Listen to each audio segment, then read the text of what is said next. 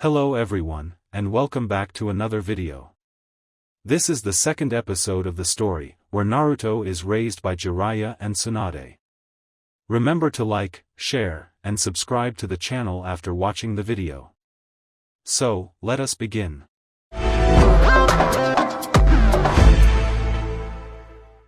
Six years after the Kyuubi attack, 3 years had passed after the incident with Kumogakure, known as the Hyuga affair, in which fortunately, there was nothing that threatened Konoha's stability, and it could continue its recovery from the Kyuubi attack.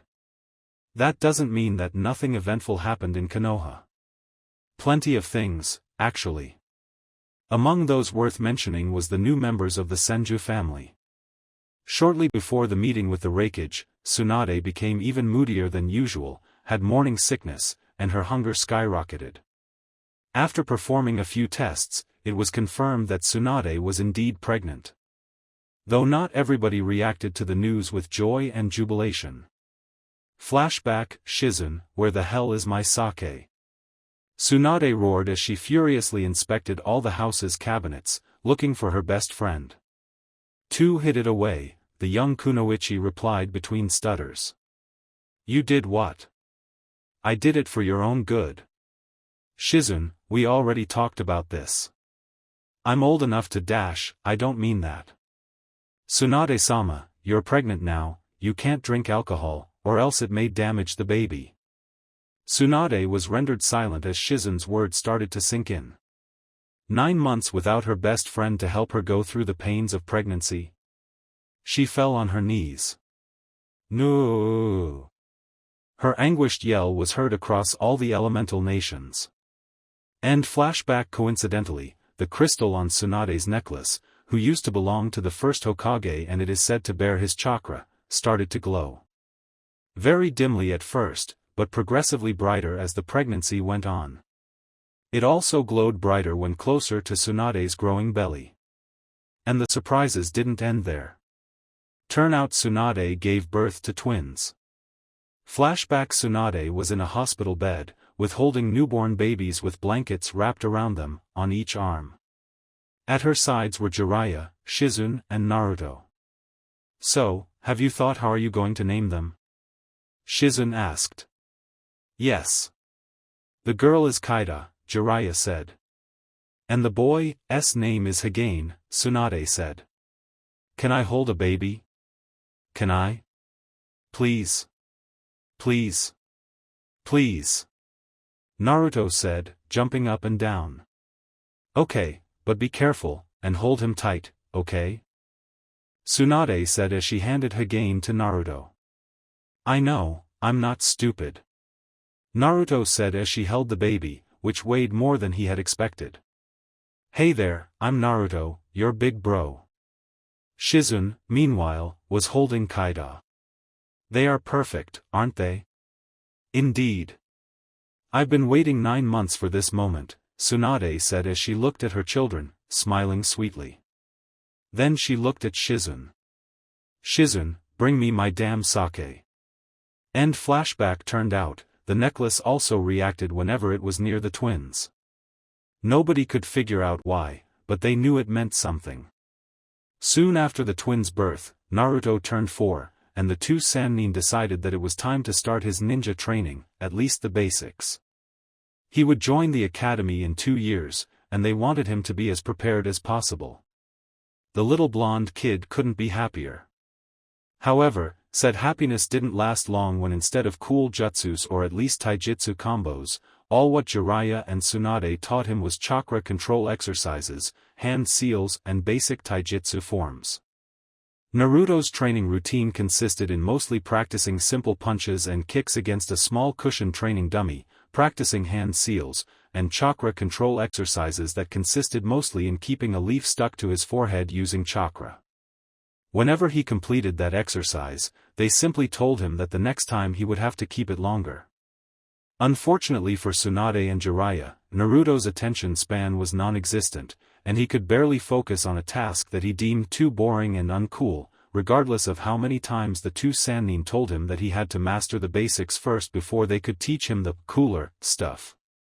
It wasn't until a year and a half, though to Naruto it felt much longer, then the blonde Jinchuriki would learn his first jutsu. Flashback, alright Naruto, your mother and I decided that your chakra control is good enough to teach you your first jutsu, Jiraya said. Yay! Finally! Naruto said, starry-eyed, as he pumped his fist while leaping in the air. To show you how this jutsu works, I need you to attack me first, so give me your worst hit. Alright. Naruto said as he took some steps back. He then charged at Jiraiya and leaped in order to hit him with a flying kick. Dragon Kick of Awesome Fury. Naruto barely noticed his adoptive father going through a series of hand seals, and a second after Naruto's foot landed on Jiraiya's chest, the white-haired Sannin disappeared in a cloud of smoke, leaving a log in its place. What? I believe this is something you'd call cool, right? Jiraiya said from behind him. Naruto turned around, startled. How did you do that? This is a technique called body replacement jutsu. You replace your body with some other object the moment you're hit. Not only is very useful to avoid fatal blows, but it's also perfect to set an ambush to an unsuspecting enemy. Whoa! Please, teach me how to do it. First, you must learn to do the hand seals quickly. The sequence is tiger, boar, ox, dog and snake. We will repeat it until you can do it fast enough. Then end flashback. After practicing the technique for a few months, Naruto hadn't mastered the body replacement yet. He still had some trouble with the hand seals. But that didn't let him down. After all, most kids didn't learn that technique until they were in the academy, so he'd have that advantage over them. Besides, today was a good day. It was the first time he ever saw snow in Konoha, and he had a really fun snowball fight with his family. Then, after lunch, he went to enroll the academy, and now was on his way home to tell his parents. He was so excited to finally become a real ninja. Your eyes are so creepy. Huh? Naruto said, looking around for the source of the voice. He could tell it was the voice of a boy his age. I'm sure you're a monster, another voice said. Naruto felt a chill going up his spine. Monster. He remembered the talk he had with his parents a couple weeks before his 6th birthday. Flashback, Naruto, listen up, you will be 6 soon, and your mother and I decided it was time for you to know some important things, Jiraiya stated, as he placed a hand on the boy's shoulder. He was rather serious, as opposed to his usual carefree demeanor. We want you to learn these things from us rather than somebody else. Tsunade's mood mirrored her husband's. It is something bad I did? Naruto asked, genuinely worried. No, of course not, Tsunade reassured in a sweet tone. It's just it's that way we are not your real parents, Jiraiya stated. Naruto gasped in shock. Jiraiya! Tsunade shouted at the white-haired man, who flinched. What? You were taking too damn long. Never mind. Listen Naruto, you know what happened almost 6 years ago? Yes. A demon fox named the Kyuubi attacked Konoha, and the 4th Hokage killed it, but he died in the process. You see, Naruto, that's not entirely true, Jiraiya said, looking Naruto in the eyes. Turns out the Kyuubi is far too powerful to be killed like that. Not even by somebody as strong as the 4th. The best he could do was seal the demon inside somebody else. And that somebody else was you, Naruto. What? And why would the 4th Hokage do that? And who are my real parents then? Wait, does that means that the demon fox is going to hurt me? Of course not. The seal that keeps the demon imprisoned inside you is very strong and will protect everybody, yourself included. Besides, you didn't even suspect that there was a demon inside you until we told you, right? You didn't feel that there was something wrong going on? Tsunade told him in a reassuring tone.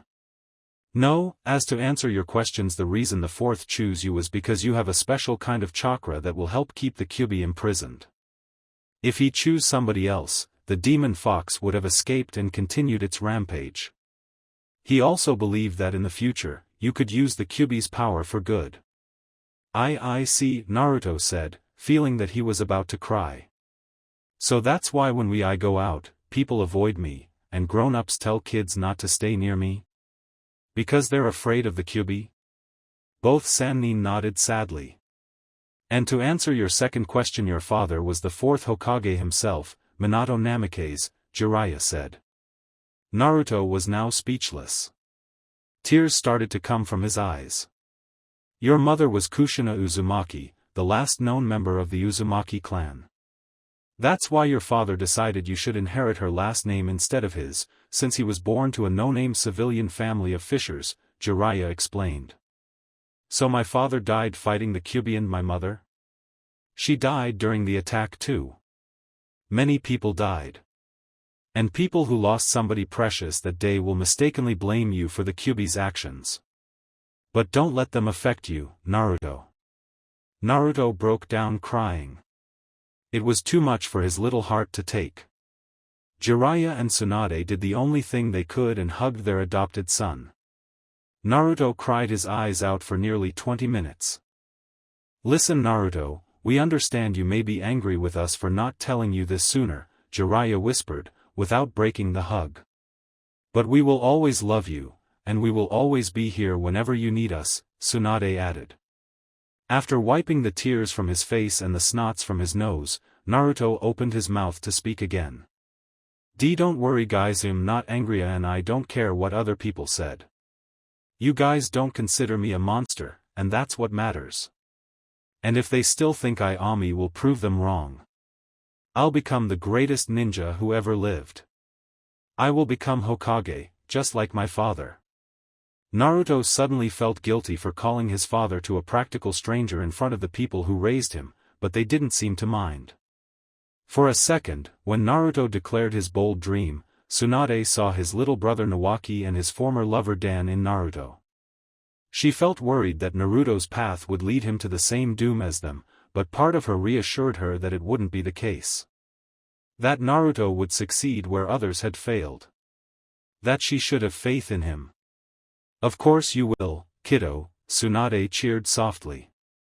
Yeah, you'll show him who's the boss, Jiraiya added. Thank you, even if you're not my real parents, can I still call you mom and dad? This time, it was the two Sannin's turn to break down in tears. End flashback. Tracking the voice, Naruto found a trio of boys surrounding a girl his age. The girl had short dark blue hair and very pale eyes. She was on the verge of tears. Yes, the Byakugan monster, right? One of the boys said. The girl couldn't take it anymore, and fell on her knees, crying. Such shameful display made Naruto's blood boil with anger. Hey, stop it! Naruto yelled as he rushed towards them. What do you want, dork? One of the boys asked. Hey, I know this guy. He's the demon fox, another kid said. Of course, the demon boy would defend the demon girl, right? Teased the first kid. I'm not a demon, and neither is she. I'm Naruto Uzumaki, the future Hokage. Future Hokage? Huh, the third kid laughed. You know, my parents said to stay away of you, that you're dangerous. But now that I see you, you don't look that dangerous. In fact, you look like a wimp. Come on, let's teach this demon brat not to mess with much stronger people, the first kid said as he reared his fist back. The blue-haired girl gasped when the kid's fist connected with Naruto's face. Naruto didn't flinch. You call that a punch? My mom punches way harder than that. With a quick movement, Naruto pushed the first kid's fist out of his face as he punched him in the face as well. The punch knocked the first kid on his butt. Ha! Take that! Naruto cheered. However, the blonde Jinchuriki didn't see the other two bullies coming at him. One of them punched him in the guts, while the other pushed him back into the snow. Naruto gasped for air as he grabbed his pained stomach. He could hear the other two kids coming at him. Suddenly, he remembered something Jiraiya had told him during their trainings. Look around you and try to use your surroundings to your advantage. There were lots of snow, so he could use that. Hey, he's getting up, I think he wants to be beaten more, one of the bullies laughed. As fast as he could, Naruto turned around and tossed some snow at the bullies' faces. His throw was accurate enough to hit the intended targets. My eyes, both of them screamed in unison, as they threw their hands to their eyes. Taking advantage of their momentary blindness, Naruto grabbed the larger of the two bullies and pushed him against the smaller one, and both of them ended on the ground. One of them got up quicker than Naruto had anticipated, and landed a punch on Naruto's face. Naruto replied with a punch to the gut, and quickly kicked that kid onto his fallen friend. You're dead. Naruto turned around and saw the bully he punched first charging at him, holding a rather large tree branch. His instinct screamed at him to dodge, but instead he decided to try something else, and his hands formed 5 seals. When the first bully hit Naruto in the face with the branch, Naruto disappeared in cloud of smoke, leaving a pile of snow instead. Yes. It worked. What the hell? Can he use ninjutsu? The bully said, angry but now also shocked. He looked around. Where did he go? Dragon kick of awesome fury. Naruto yelled as he leaped at the bully from the branch he had just teleported, kicking him in the face, knocking him backwards. Did you have enough already, or you want more? Because I can go for longer if you want. Deciding that they had enough, the 3 bullies got up and ran away. And pray I don't catch you again making a girl cry. Naruto yelled as he saw the 3 bullies disappearing from his sight. Especially a blind girl. Naruto walked toward said girl, who didn't move from her spot since the fight broke out. Hey, are you okay? Why yes thank you, the blue-haired girl said. Beautami I am not blind. You're not? Naruto asked, a bit shocked. He moved closer to her, making the girl blush. I saw your eyes and I thought oh sorry then. Naruto said sheepishly as he rubbed the back of his head. And you? You have an eye swollen and a bloody nose, the girl pointed out, a bit worried. This? Ah, this is nothing. Mom is a medic and will heal it in an instant, hee. The girl stared at Naruto without uttering a word. Well, I gotta go. As you just saw, I'm a ninja. I just enrolled in the academy and I have to tell my parents. See ya. Naruto said as he left the scene at a quick pace. Wait.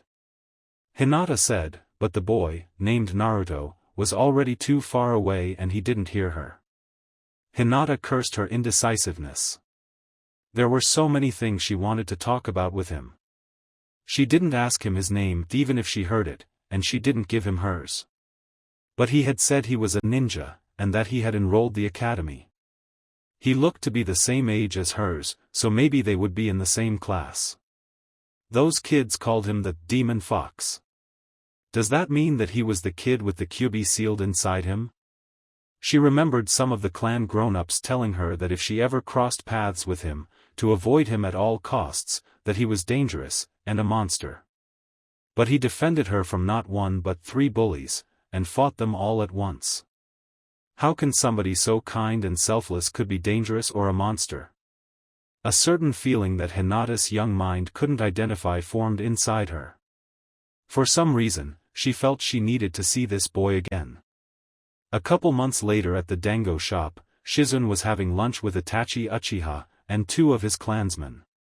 The first one was Shizune, a teen a few years older than Itachi and a couple years younger than Shizune, who had short, dark gray hair and black eyes, which were so common among the Uchiha.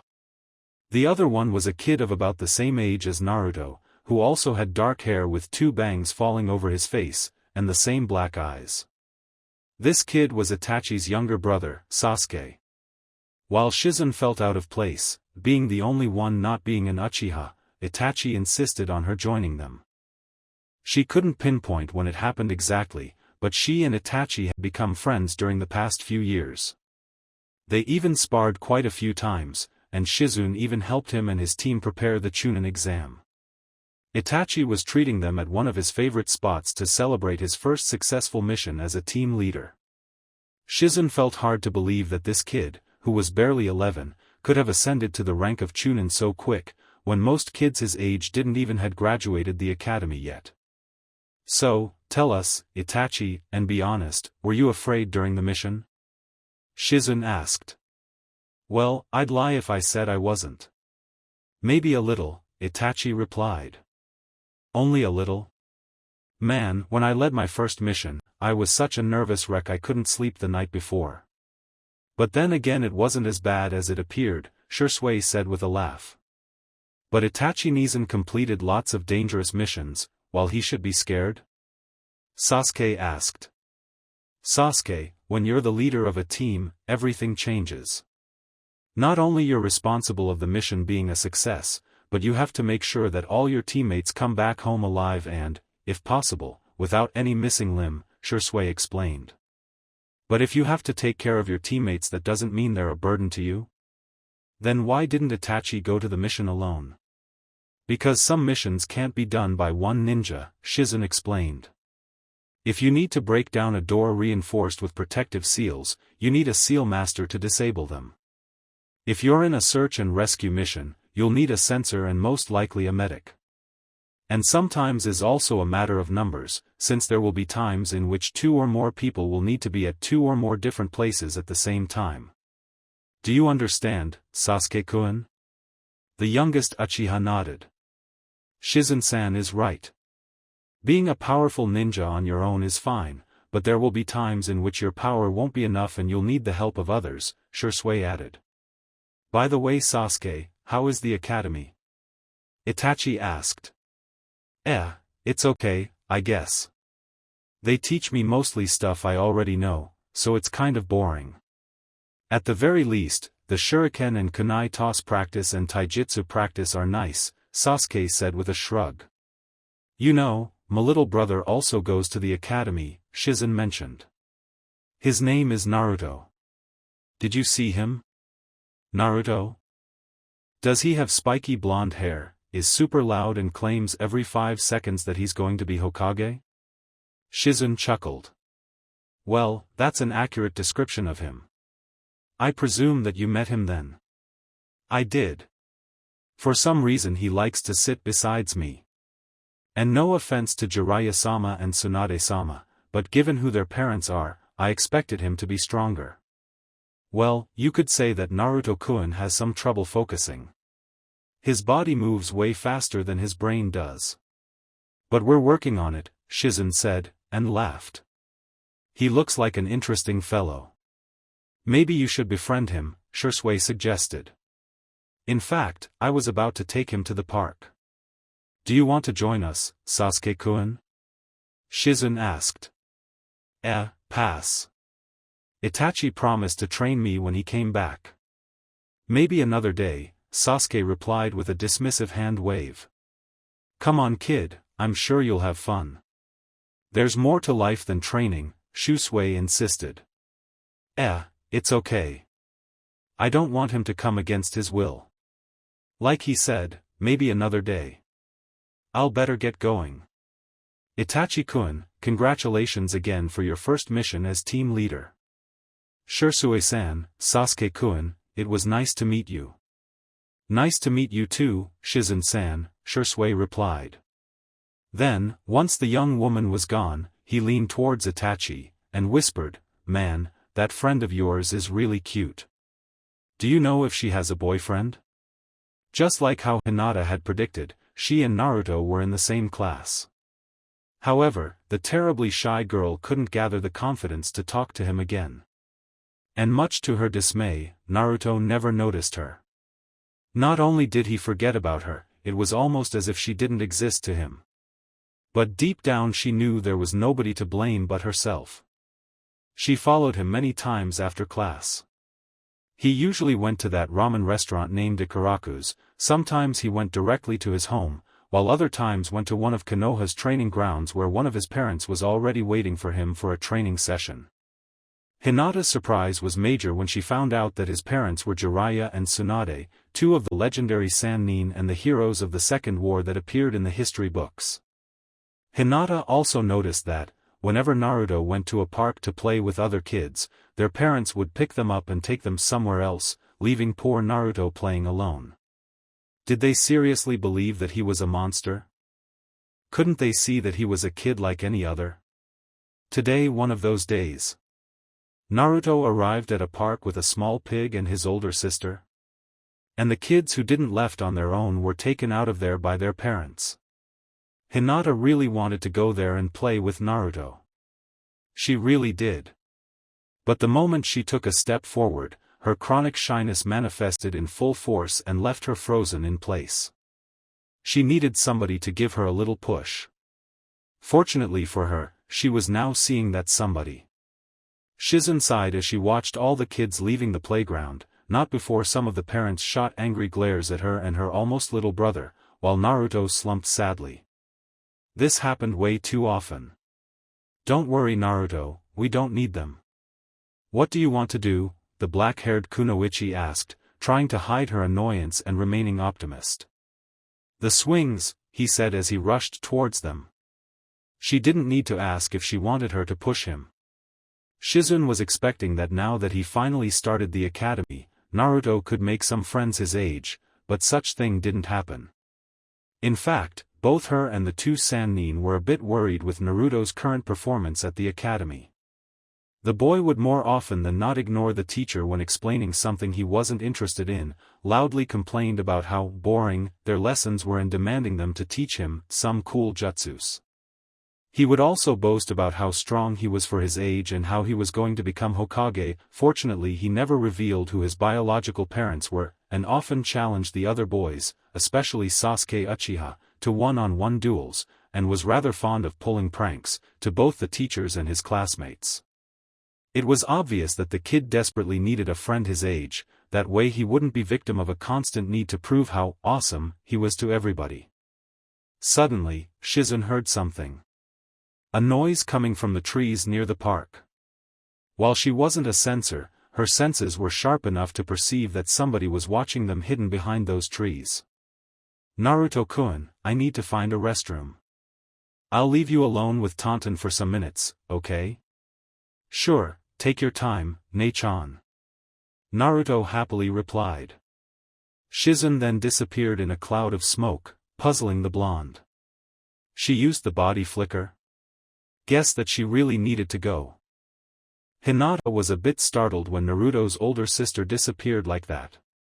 She didn't quite catch what she told him. Naruto was there, all alone, by himself. The perfect opportunity to go and talk to him. But even then, Hinata still couldn't muster the courage to go and talk to him like that. No, she needed to find a way to draw his attention, to make him take the first step.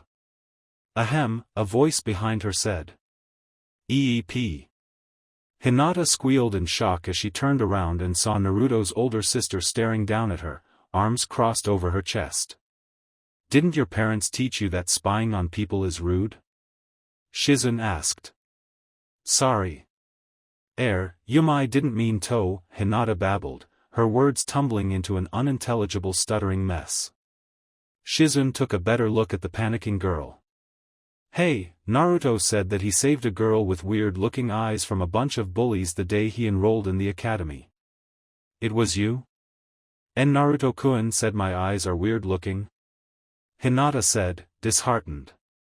Shizune cursed inwardly for using Naruto's choice of words instead of something far less insensitive. I am sure he didn't mean it as an insult, Shizune assured. You didn't answer my question. What are you doing here? I wanted to thank Naruto-kun again for helping me against those 3 bullies. Shizune couldn't repress a smile. 3? Weren't they 10, Naruto? And as big as Jiraiya-sama? Then why aren't you doing that instead of stalking him from here? Hinata blushed, and averted her gaze. Oh, I see, this girl is way too shy to talk to him directly. Let's see if I can do something about it. What's your name, girl? I'm Shizune Kato. Hinata Hyuga. Pleased to meet you, Shizune-san. Just Shizune is okay, the medic Nin said, smiling. Say, Hinata, would you like to do something for Naruto as a way to thank him? Why yes, of course, the Hyuga replied. Take a look at Naruto. What do you think he'd like the most this moment? Hinata saw Naruto swinging sadly in the empty park. The answer was obvious. He'd like for a friend to play with him, Hinata stuttered. Correct. Now you know what you must do. What? Was this woman expecting to just walk over Naruto and play with him? Just like that? Was she mad? Shizune smiled at her. Come on, I can see in your eyes that you want to play with him more than anything. Why yes, but, or I can tell Naruto that not only were you spying on him and didn't even bother to say him hello. Please no. Oh okay, I'll do it, the Hyuga almost shouted, extremely flustered. Then you better hurry. I don't think Naruto will be there for much longer until he gets bored. Hinata nodded, and gulped. The shy Hyuga started her walk towards the blonde, silent enough not to reveal her presence too soon. She didn't want him to think she was some creepy stalker. After reaching what she deemed a safe distance, she dropped the stealth and walked normally. Or as normal as she could. Still, the boy was too enraptured in his own thoughts to notice her. Hello. Hinata timidly waved her hand at him. Hinata's sudden salute snapped Naruto from his thoughts, and turned his head at her, and smiled. Oh, hi. Hinata blushed furiously. There was something about that smile that was so damn dreamy. Forcing herself to calm down, she proceeded to introduce herself. Hinata. Naruto titled his head and looked at her puzzled. What? Hinata was so angry at herself. Did she just shout her name like that? She was aware that she wasn't the most social or eloquent person out there, but that was just too much. I mean, my name is Hinata Hyuga. What is why yours? The shy girl asked, even if she knew the answer. I'm Naruto Uzumaki, future Hokage. Naruto proudly proclaimed. Say, your face looks kind of familiar, did we meet before? Actually we're C-classmates, didn't you see me before? Nope, sorry. Then again, there's a lot of people at class. I only remember the people that sit near me. Hinata was a bit hurt that Naruto wasn't even aware that she was in the same class as him, but deep down she knew that it was also her fault for not talking to him first. If she always sat far away from him and never opened her mouth except when the teacher asked her something, how she could expect him to know her?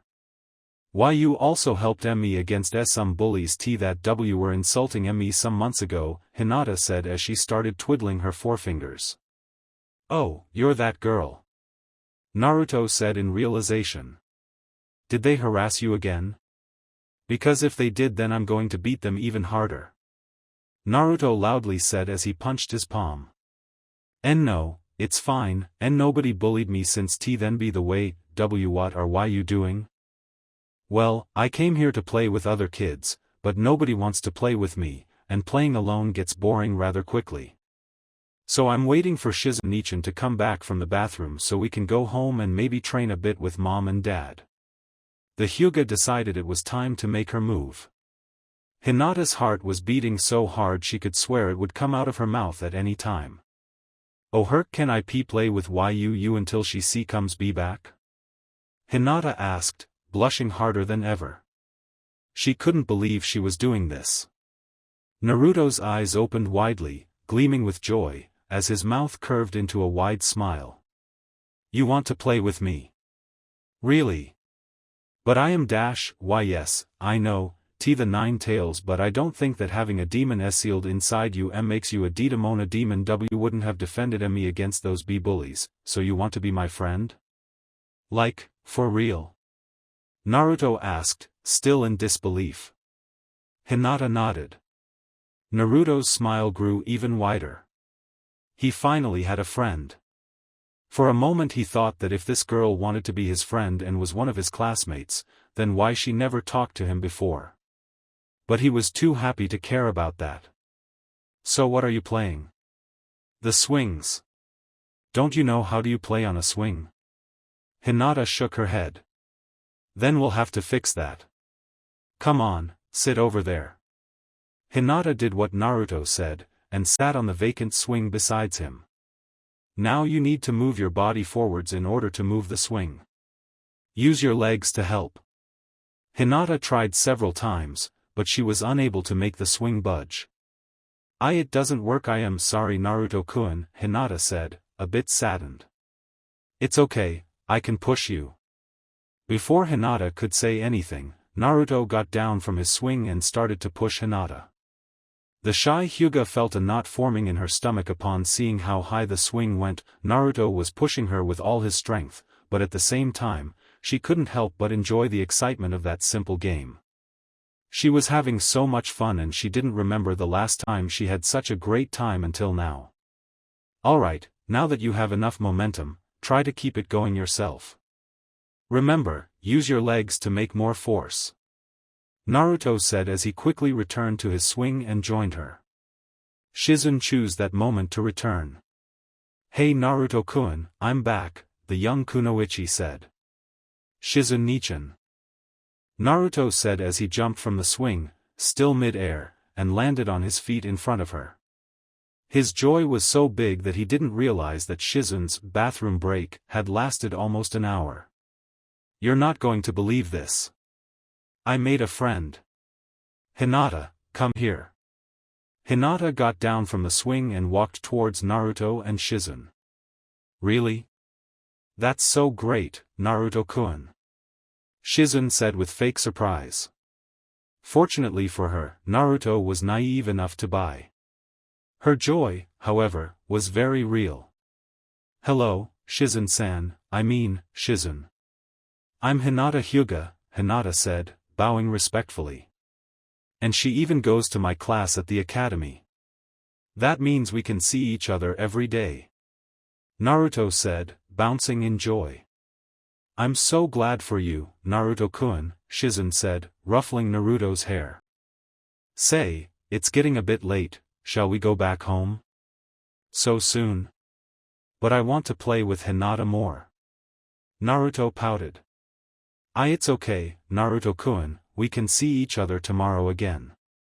In fact, I should be going back home too, I don't want to worry my parents, Hinata said, twiddling her fingers. Bummer.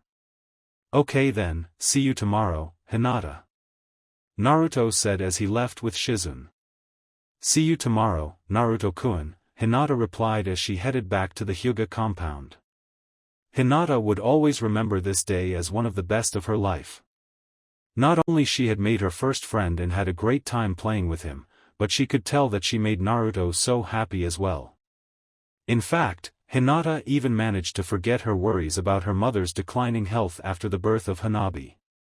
She couldn't wait to get back home and tell her parents about Naruto. Then she stopped on her tracks. Almost the entire village avoided Naruto because of the Kyuubi. Would her parents disapprove of her friendship with him? The thought filled her with dread. She didn't want to lose him. But on the other hand she was sure that once they meet Naruto, they would see how kind and funny he was, not to mention strong, and they wouldn't have any reason to object. Jiraiya was as timely as usual to his meetings with the Hokage regarding the Kyuubi attack investigation. However, there was something different this time. The first, less noticeable difference is that Jiraiya had a look of excitement on his face. That was good, as it meant that Jiraiya had made some important breakthrough in his research. Which might explain the second, more noticeable difference, Inoichi Yamanaka and Enko Mitarashi walking behind him. I got it, sensei. Jiraiya claimed enthusiastically. I got the definitive proof that will exonerate the Uchihas, and expose the real culprit behind the Kyuubi attack. Those are indeed excellent news, Jiraiya. Not only we will finally be able to put an end to Danzo's suspicions of the clan, but we will close Konoha's darkest chapter, Sarutobi replied as he gave a puff to his pipe. Enko, show him the report, Jiraiya instructed. Enko nodded, and handed the Hokage a folder with several files inside. Hiruzen inspected the files, and as he did, his good mood slowly vanished while his expression grew somber. He looked at Jiraya with a grave expression. So you think that the perpetrator of the Kyuubi attack was Orochimaru? Listen Hokage-sama, I know it sounds far-fetched, but when you put all the evidence together, it makes perfect sense, Anko hurried to explain. Enlighten me then. Jiraiya cleared his throat and began his explanation. I've been investigating that shady mercenary group, Akatsuki, for the past 4 years. Like I told you before, they were interested in the tailed beasts, and often incorporated Missing to their ranks. And guess who was among them? The snake bastard himself. Jiraiya-sama brought a no-name Missing to torture and interrogation a couple months ago. My team and I have been scanning his mind, and made some interesting discoveries, Inoichi interceded. The first one, as Jiraiya said, was that Orochimaru is part of the Akatsuki. I could see many memories of Orochimaru not only wearing the organization's uniform, a black cloak with red clouds, but having meetings with other members. Though he never met more than one member at once. The second one was that Orochimaru is creating his own ninja village somewhere, called Otogekure or something, Anko added. I think we should find and deal with that village as soon as possible before it snowballs into a bigger problem. While these discoveries are indeed worrying, I fail to see the connection between Orochimaru and the Kyuubi, Sarutobi pointed out. Don't you see it, sensei? It's obvious that Orochimaru was a member of Akatsuki before he defected from Konoha. Besides his own ambitions, he wanted to be Hokage in order to increase Akatsuki's resources and had access to the Kyuubi. But things didn't go as he planned, he defected, and a year later, when the seal on Kushina was at its weakest, returns, sneaks his way to the place she was being kept, kills the guards, takes her away and releases the Kyuubi. Anko decided to intercede. Think about it, Hokage-sama. Orochimaru was the perfect man for the job. He's a really good infiltrator, knows Konoha ins and outs better than anybody else, and is strong enough to deal with even the strongest of our ANBU. After destroying Konoha, he would have handed the Kyuubi to Akatsuki, and thus killing 2 birds with 1 stone. But once again, he didn't count on Minato's interference, who more than likely defeated him and then sealed the Kyuubi inside Naruto, foiling his plans. And now he's building his own village in order to raise an army to try to destroy Konoha and reclaim the Kyuubi again. While those are believable motives, there's still the mystery on how Orochimaru managed to place the Kyuubi under his control. It's well known that normal genjutsus, no matter how powerful, hardly work on tailed beasts, and the only 2 men being able to control them were Hashirama-sensei and Madara, ninjas on a league way above Orochimaru's. It is well known that Orochimaru was experimenting with Hashirama-sama's cells, and we know he produced at least 1 success in the form of Tenzo. What if that asshole finally perfected the process and gained the first Hokage's power? Anko suggested. A terrifying thought, but unlikely. If Orochimaru had Hashirama-sensei's power for so long, he would have used it against us already, the third stated. While all of you made an commendable effort, I'm afraid that this won't be enough to publicly place the Uchiha clan above suspicion. Anko muttered a curse under her breath, while Jiraiya looked downwards, upset. Inoichi remained neutral. But you made a good job with this investigation. This Otogekure is something that deserves further investigation. Inoichi, you and the rest of TNI should continue extracting all the information you can regarding this issue from the captive. I want daily updates on this. Yes, Hokage-sama. Inoichi and Anko said in unison, and they left the office. Jiraiya, we only need 1 more piece to finish the puzzle, the means used to control the Kyuubi. If you can uncover that, then the investigation will be complete and we can pin Orochimaru as the main culprit of the attack. I will, sensei. I'm not going to stop now that we're so close to end this, Jiraiya stated. Meanwhile, I'll use the information you've gathered to dissuade Danzo from stopping bothering the Uchiha clan. You are dismissed. One more thing, sensei, Jiraiya mentioned. My investigation of the Akatsuki and Jinchuriki had me find some interesting discovery tangential to the investigation. And that would be? Suna had created a Jinchuriki. Hiruzen raised an eyebrow. Do you have any information? Yes. His name is Gaara. He's the youngest son of the current Kazekage. It seems that he's doing his best to keep Gaara's status a secret, but the boy is having a lot of trouble keeping the tailed beast under control, and such thing can't be concealed easily. My guess, the result of a shoddy sealing process. Plus there's the fact that we're only learning about this now. Only Kami knows how long that kid has been a Jinchuriki. More worrying news. I knew that Suna had the one tail in their power, but it wasn't sealed on a person. If they decided to create a Jinchuriki now, I don't want to think about the implications. We know that Tsunade is the weakest of the 5 great ninja villages. Maybe they decided to put their tailed beast to use in order to appear strong, to both potential enemies and clients. Even then, that's something we can't afford to overlook. Jiraya, I'm going to prepare a trip for you to Suna. Once everything is settled, you'll inspect the Jinchuriki and uncover the reasons behind his creation. Suna is our ally and I'd hate to think that they're plotting against us, but you can't never be too cautious. Understood, sensei. Fire release, Great Fireball Jutsu. Shizune jumped in time to avoid the incoming fireball, which exploded against the ground a couple meters in front of her. Her opponent was an 11-year-old boy of average height with dull black hair tied in a ponytail and black eyes, wearing the Konoha Chunin flak jacket over his usual black shirt. Said opponent took advantage of the dust raised by his fireball and dashed at her at an ungodly speed. 2 kunai clashed against each other multiple times, filling the air with sharp, metallic noises.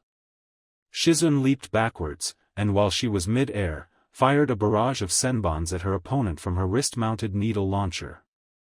Said opponent also jumped backwards to avoid them, and used a kunai to expertly deflect the ones he couldn't dodge. Once Shizune touched the ground, she was alerted by the sound of spinning shuriken flying at her. The shuriken hit the target, but the young medic Nin vanished in a puff of smoke, leaving a log behind. Upon quickly retrieving his weapons from the log, Shizune's much younger opponent looked around, trying to locate his enemy. His ears picked a sharp whistle that signaled an incoming barrage of senbons. Activating his Sharingan, the male ninja threw a few kunai in the air, which clashed against the senbons, stopping their momentum and making them falling to the ground. Shizune suddenly appeared behind the Uchiha, quickly forming a series of seals. Water release, water wall. Shizune's cheeks puffed, and she expelled from her mouth a large amount of water at the Uchiha, who suddenly burst into a murder of crows, flying in different directions. Shizune quickly formed a hand seal and shouted, "Release," making the crows disappear. Knowing where her opponent was, she quickly turned around while delivering a high kick, which was parried by her opponent's arms. From there, the medic Nin and the Uchiha traded punches and kicks, until Shizune made the Uchiha trip. The black-haired woman quickly pinned the boy to the ground, carefully avoiding eye contact. "I think this is over," Shizune declared, placing a kunai on the Uchiha's throat. "I guess it is," her opponent conceded. Shizune put the kunai back on her pouch, and helped her opponent to stand up. "Nice spar, Itachi-kun." "Thanks, Shizune-san. This time I managed to stay 5 minutes without using the Sharingan," Itachi said proudly. "I'm sure it will be 10 minutes next time," the medic Nin said, smiling. I'm not so sure. I still can't beat you even with the Sharingan." "No, but you will. You're improving at a really fast pace, which shouldn't be a surprise, given how quickly you managed to earn a promotion. I'm sure you'll become a Jonin way before I do, haha." "Yeah," Itachi sheepishly said, rubbing the back of his neck. "Plus I can tell that today you weren't entirely focused." "Really?" "Because I thought I was as focused as ever, Itachi-kun, you cannot lie to me. I can see that there's something troubling you. Care to tell me what it is?" Shizune's question was met with silence as the Uchiha prodigy looked at the grass below, and sat down. Shizune started to feel bad for pressuring him to talk about something he clearly wasn't comfortable with. She sat beside him. Sorry Itachi-kun, it was not my place to ask. If it's something of personal nature, Shizune-san, did somebody you love ever forced you to do something you don't want to? Itachi asked. Shizune was taken aback by such question, and wondered if Itachi had some problems with his parents. Well, no. I'm lucky such thing never happened to me. Well, it's that, Itachi stuttered a bit. He never talked about this with anybody else, not even Shisui, his cousin and closest friend. But then again, there was something about Shizune and her generally friendly demeanor that made him more comfortable to talk about personal matters. My parents, they want me to join ANBU. And you don't want to, Shizune reasoned. Exactly. I know the kind of missions the ANBU do, and I don't want to do that, at least not yet. While that was technically true, Itachi purposely left out the other, much more meaningful reason for him not wanting to become an ANBU. Well, I'd say that the ANBU would greatly benefit from somebody of your talent, Itachi-kun. I'm sure you'll be promoted to squad captain in no time, Shizune replied, making Itachi sigh. Then again, if that's not what you want to do, you have any other idea? Well, I was planning that, after being promoted to Jonin, I'd ask for a squad of genin to train. I always liked the idea of being a teacher. Well, not an academy teacher, but a field teacher, you know what I mean? Yes, of course. In fact, I think I might do the same once I'm promoted. I'm sure you'll be an amazing teacher, Shizune-san. And about your problem, well, I don't know what else I could tell you other than talk to your parents, and make sure they know how you feel. If they really love you, and I'm sure they do, they'll understand you and let you choose your own path. They spend a couple minutes there, silently sitting beside each other. A gentle breeze started to blow. Well, I don't know if it will work, but I'll try talking to them. Thanks for your advice, Shizune-san, Itachi said as he stood up. You're welcome, Itachi-kun. Same hour tomorrow? I'm afraid not. I've been assigned for a mission outside the village. Ah, nuts. Now where I'm going to find a worthy sparring opponent that doesn't leave me all sore. Seriously, never spar with Tsunade-sama. That woman never holds back, not even with her children. Itachi chuckled. Well, she's the best medic in the world, right? She doesn't hold back because she will patch you up afterwards. Anyway, I better get going. See ya. Itachi said as he headed back to the Uchiha compound. Meanwhile, the firstborn of another clan had returned to her home as well. Hinata Hyuga was still smiling upon remembering the heated argument between Naruto and the history teacher regarding the Second Ninja War. Naruto insisted that the information on their textbook was wrong, since he claimed his parents were veterans from said war, and their version of a certain battle clashed with the textbook's description.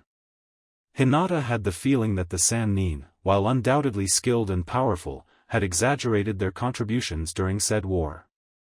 Still, there was something heartwarming of seeing Naruto defending her parents' reputation so vehemently. Hinata was now regretting not talking to Naruto sooner. After that afternoon in the park, Naruto sat beside her instead of his usual seat near Sasuke Uchiha. Though while she enjoyed his company most of the time, Naruto had an habit to loudly disrupt the class when the lesson failed to catch his interest, which could be kind of annoying. One day, Hinata politely asked Naruto to stop interrupting the teacher when he was explaining the basics of chakra control. Apparently, Naruto already knew that already, and wanted to do something else. She was afraid that Naruto would take her request as some sort of betrayal and would cease their friendship, but his reaction surprised her. What? Oh, sorry Hinata, I didn't know you were so interested in this. I'll shut up now, he had happily replied. Everybody was stunned at the Hyuga's amazing feat of convincing the hyperactive blonde to remain silent.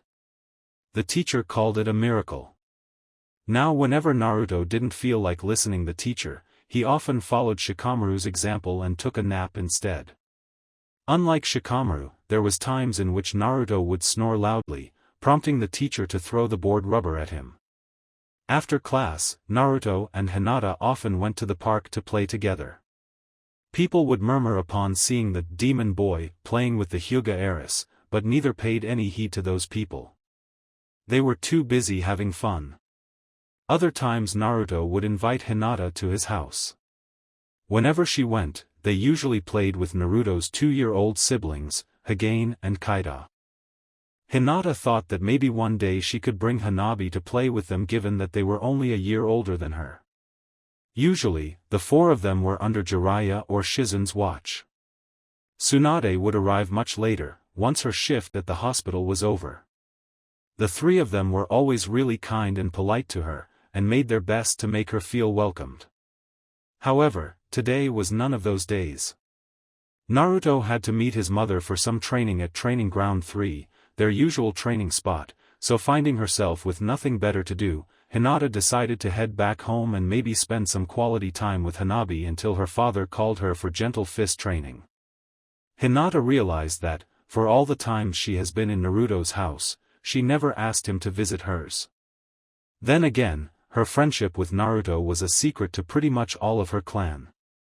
She was still thinking how to tell her father that she had befriended the demon boy everybody feared and avoided. A nasty surprise awaited the little Hyuga, though.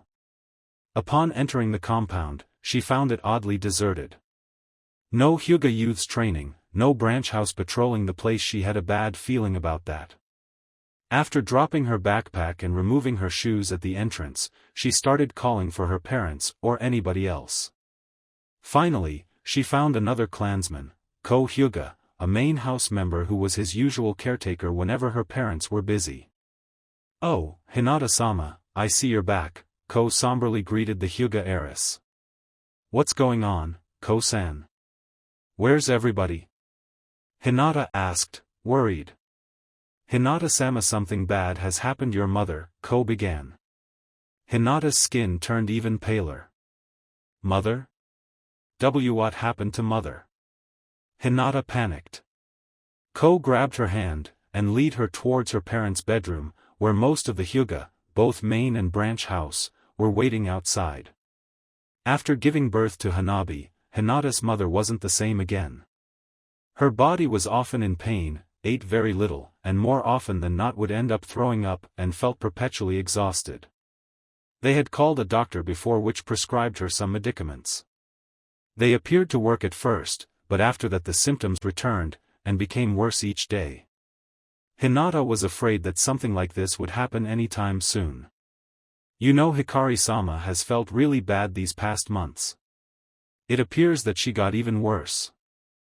Hayashi-sama called the family medic in order to check her. We can only wait to see what he can do." They didn't have to wait much until they heard Hayashi's angry and desperate yells. "What do you mean that you did all what you could? There has to be something you can do to save her." "I already told you, Hayashi-sama, the symptoms are too advanced. You should have called me earlier than this. We already called you once. Your medicine didn't do anything to get her better." "I'm sorry, Hayashi-sama, but I did all what I could. I can prescribe you some painkillers to make your wife's last days more bearable. Get out of my sight," Hayashi bellowed. The medic left, and the gathering of Hyugas started to murmur among themselves.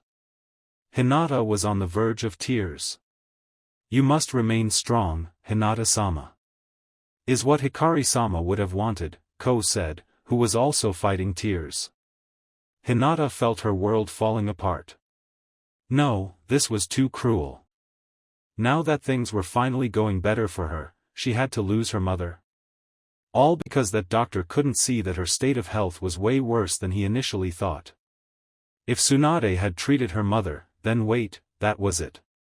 What about Tsunade-sama? Can we call her to check mother? Hinata asked. We already looked for her.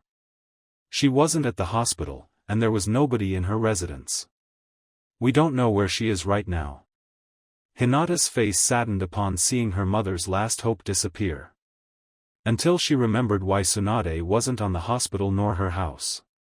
Ko-san, I know where Tsunade-sama is. Hinata exclaimed in realization. Yudo? Yes. Come on, let's hurry. On Training Ground 3, Naruto was lying on the grass, panting heavily, with bruises all over his body. Every centimeter of his body was in horrible pain. Come on brat, get up. We haven't finished the warm-up. Tsunade vigorously shouted as she lightly kicked him on the sides. Can you please tone down the brutalish a little bit please? Naruto said between gasps. When you become a ninja and go out of the village, you will find enemies that will try to kill you, and won't hold back. So answer me, why should I hold back then? I would be a bad teacher if I don't prepare you properly, Tsunade explained, hands on her hips as she stared down at Naruto. I'd like to stand up but I can't. Feel my legs or my anything. Naruto swore that he would never call Jiraya's meditation and chakra control exercises boring again. Tsunade sighed, and rolled her eyes.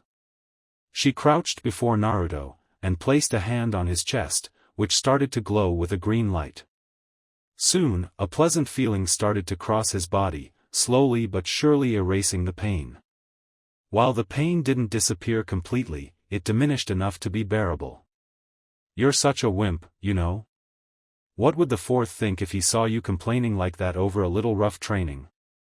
You won't become Hokage anytime soon if you don't build some pain tolerance, Tsunade scolded as she healed him. Better now, kid? Yeah, thanks mom. Don't expect me to go this easy on you all the time. Okay, let's continue. Get in the taijutsu basic stance, and try to dodge my dash, Naruto Kun, a high-pitched voice yelled. Both Naruto and Tsunade turned towards the source of the voice, and saw Hinata and an adult Hyuga running towards them. Oh, hey Hinata. Nice to see you. Did you come here to spar with mom and me? Naruto asked, grinning at the idea. Both Hinata and the unknown Hyuga stopped to gasp for air. They were both completely red and sweating, as if they have been running non-stop for quite some time. Tsunade-sama, you have to come with us, it's an emergency, the adult Hyuga pleaded. Hey, calm down. What's going on? Tsunade asked. It's my mother, she's very sick, and our usual Dr. C can't do anything to make her get better. Hinata explained, almost in the verge of tears. Naruto gasped in horror, and turned to Tsunade. Mom, you have to help Hinata. Please. Alright. Just let me go to my house first to get my medical instruments and medicines, Tsunade said. Soon it became nighttime. Upon arriving, Tsunade pretty much kicked Hayashi out of the bedroom, since she didn't want an audience when treating patients in critical condition, and spent there the following hours. That didn't stop the Hyuga clan head as well as many other clansmen to gather in front of the closed doors. Hinata was sitting in the hallway near the bedroom, with Naruto sat at her side, trying to comfort her to the best of his ability. Mom is the best medic there is. She'll heal your mom in no time, you'll see. Hinata didn't say anything, just nodded, and prayed to whatever deity is out there for her mom to get out of this alive. Hinata then realized something. This was the first time Naruto was in her house. Besides that, now all the Hyuga clan, her father included, knew that she was friends with Naruto. But none of that mattered to her anymore. Her mother was the only thing in her mind right now. Finally, after several hours that felt like days, an exhausted Tsunade exited the bedroom. She was immediately swarmed by nervous Hyugas. A glare was enough to make them to keep some space. Alright, I have good news and bad news. What do you want to hear first? Tsunade asked. The good news, Hayashi replied, trying his best to conceal his desperation. Your wife is out of danger now, she'll live. A chorus of relieved sighs filled the place, Hayashi's being the most audible. See Hinata? Your mom is going to be okay. Naruto said to an equally relieved Hinata. She's very weak right now, but if you follow my instructions, she'll be fine in a few months, Tsunade added. And the bad news? Hayashi asked. Her uterus was beyond repair. She won't have any more children again, Tsunade announced. Her statement was followed by several murmurs. If she's going to be okay, then that doesn't matter. Hayashi, your wife was afflicted by an infectious disease that I traced back to her uterus. It was in a very advanced state. 2 days later, and she would have been beyond saving. Was there any complications when she gave birth to your youngest daughter? Yes, there were, but the doctors said that she would be fine. Hayashi protested. Evidently, those doctors missed something. Anyway, there's no point in fretting over that. I'll come here every week to check her progress. If I can't come for whatever reason, Shizune will come in my place. Now this is what your wife must do if she wants to recover. After Tsunade finished her explanations, she and Naruto were escorted to the compound's main gate. It was late and treating Hikari for so long had left Tsunade utterly exhausted. She prayed Jiraya wasn't in the mood for sex. Oh, who was she kidding? That horny bastard was always in the mood for sex. Oh well, at least she had a very good excuse to put him down. In the name of the entire Hyuga clan, thank you, Tsunade-sama. What you just did today will never be forgotten, Hayashi solemnly said as he bowed before Tsunade. Yes, thank you, Tsunade-sama, Hinata echoed as she bowed as well. It's okay, I was just doing my job. Besides, our kids are friends, right? Tsunade said with a chuckle. Then she yawned. Boy, after that, I feel like I could sleep for a whole week. Let's hope there are no emergencies tomorrow at the hospital. Come on brat, it's way past your bedtime. Coming. See you tomorrow, Hinata. Naruto chimed as he waved at her. Come on Hinata, you should be in bed already too, Hayashi stated as he led his daughter inside. Can I see mother first? Hinata asked. Hinata, your mother needs to rest now. You can see her tomorrow morning. Alright then, Hinata conceded, a bit disappointed. After all that had happened, she wanted to see that her mother was okay with her own eyes. But she knew that her father was right. By the way, you didn't tell me you were friends with that kid, Hayashi noted in an oddly neutral tone. Sorry father, it's that, Hinata stuttered, unable to form a coherent sentence. Were you afraid that I wouldn't let you be friends with the boy holding the 9 tails within him? Hayashi asked. Hinata nodded. Oh, other parents tell their kids to stay away from Naruto, and I thought that I only would have forbidden such a thing if the boy proved to be a bad influence on you, and for the time being, it doesn't seem to be the case. So you're okay with him being my friend? As long as he doesn't give me any reason to mistrust him and behaves properly, yes. And I'll let this time pass, but I don't want you to keep any secret from me again, understood? Hayashi stated sternly. Hinata nodded. The little Hyuga sighed in relief. Not only she didn't lose her mother, but her friendship with Naruto was safe for the time being. She wouldn't have any problem sleeping tonight. Meanwhile, Hayashi couldn't stop thinking about Naruto and how his presence had affected his family. If it wasn't for him, neither Jiraiya nor Tsunade would have come back to Konoha, and thus the Hokage would have never attempted to intimidate the Raikage, and Hizashi would have ended up killing himself to placate Kyomogakure. And then there was his wife, would have been dead right now if it wasn't for Tsunade, as well as the fact that her daughter had recently befriended her adoptive son. Then again, he wondered if he would really have allowed Hinata to befriend that boy before. Now he couldn't make an unbiased opinion on Naruto given that he owed him his wife's life. He never thought much about that boy, and the idea of Hinata becoming his friend never crossed his mind not even once. While the Hyuga was one of the most traditionalist clans of Konoha, Hayashi wasn't a superstitious man. He had heard many people say, even those among his clan, that Naruto would only bring bad luck and misfortune to whoever was near him. Sure, the risk of the 9 tails coming out was very real, regardless of how small it was, but Naruto being a bringer of bad luck was just ridiculous.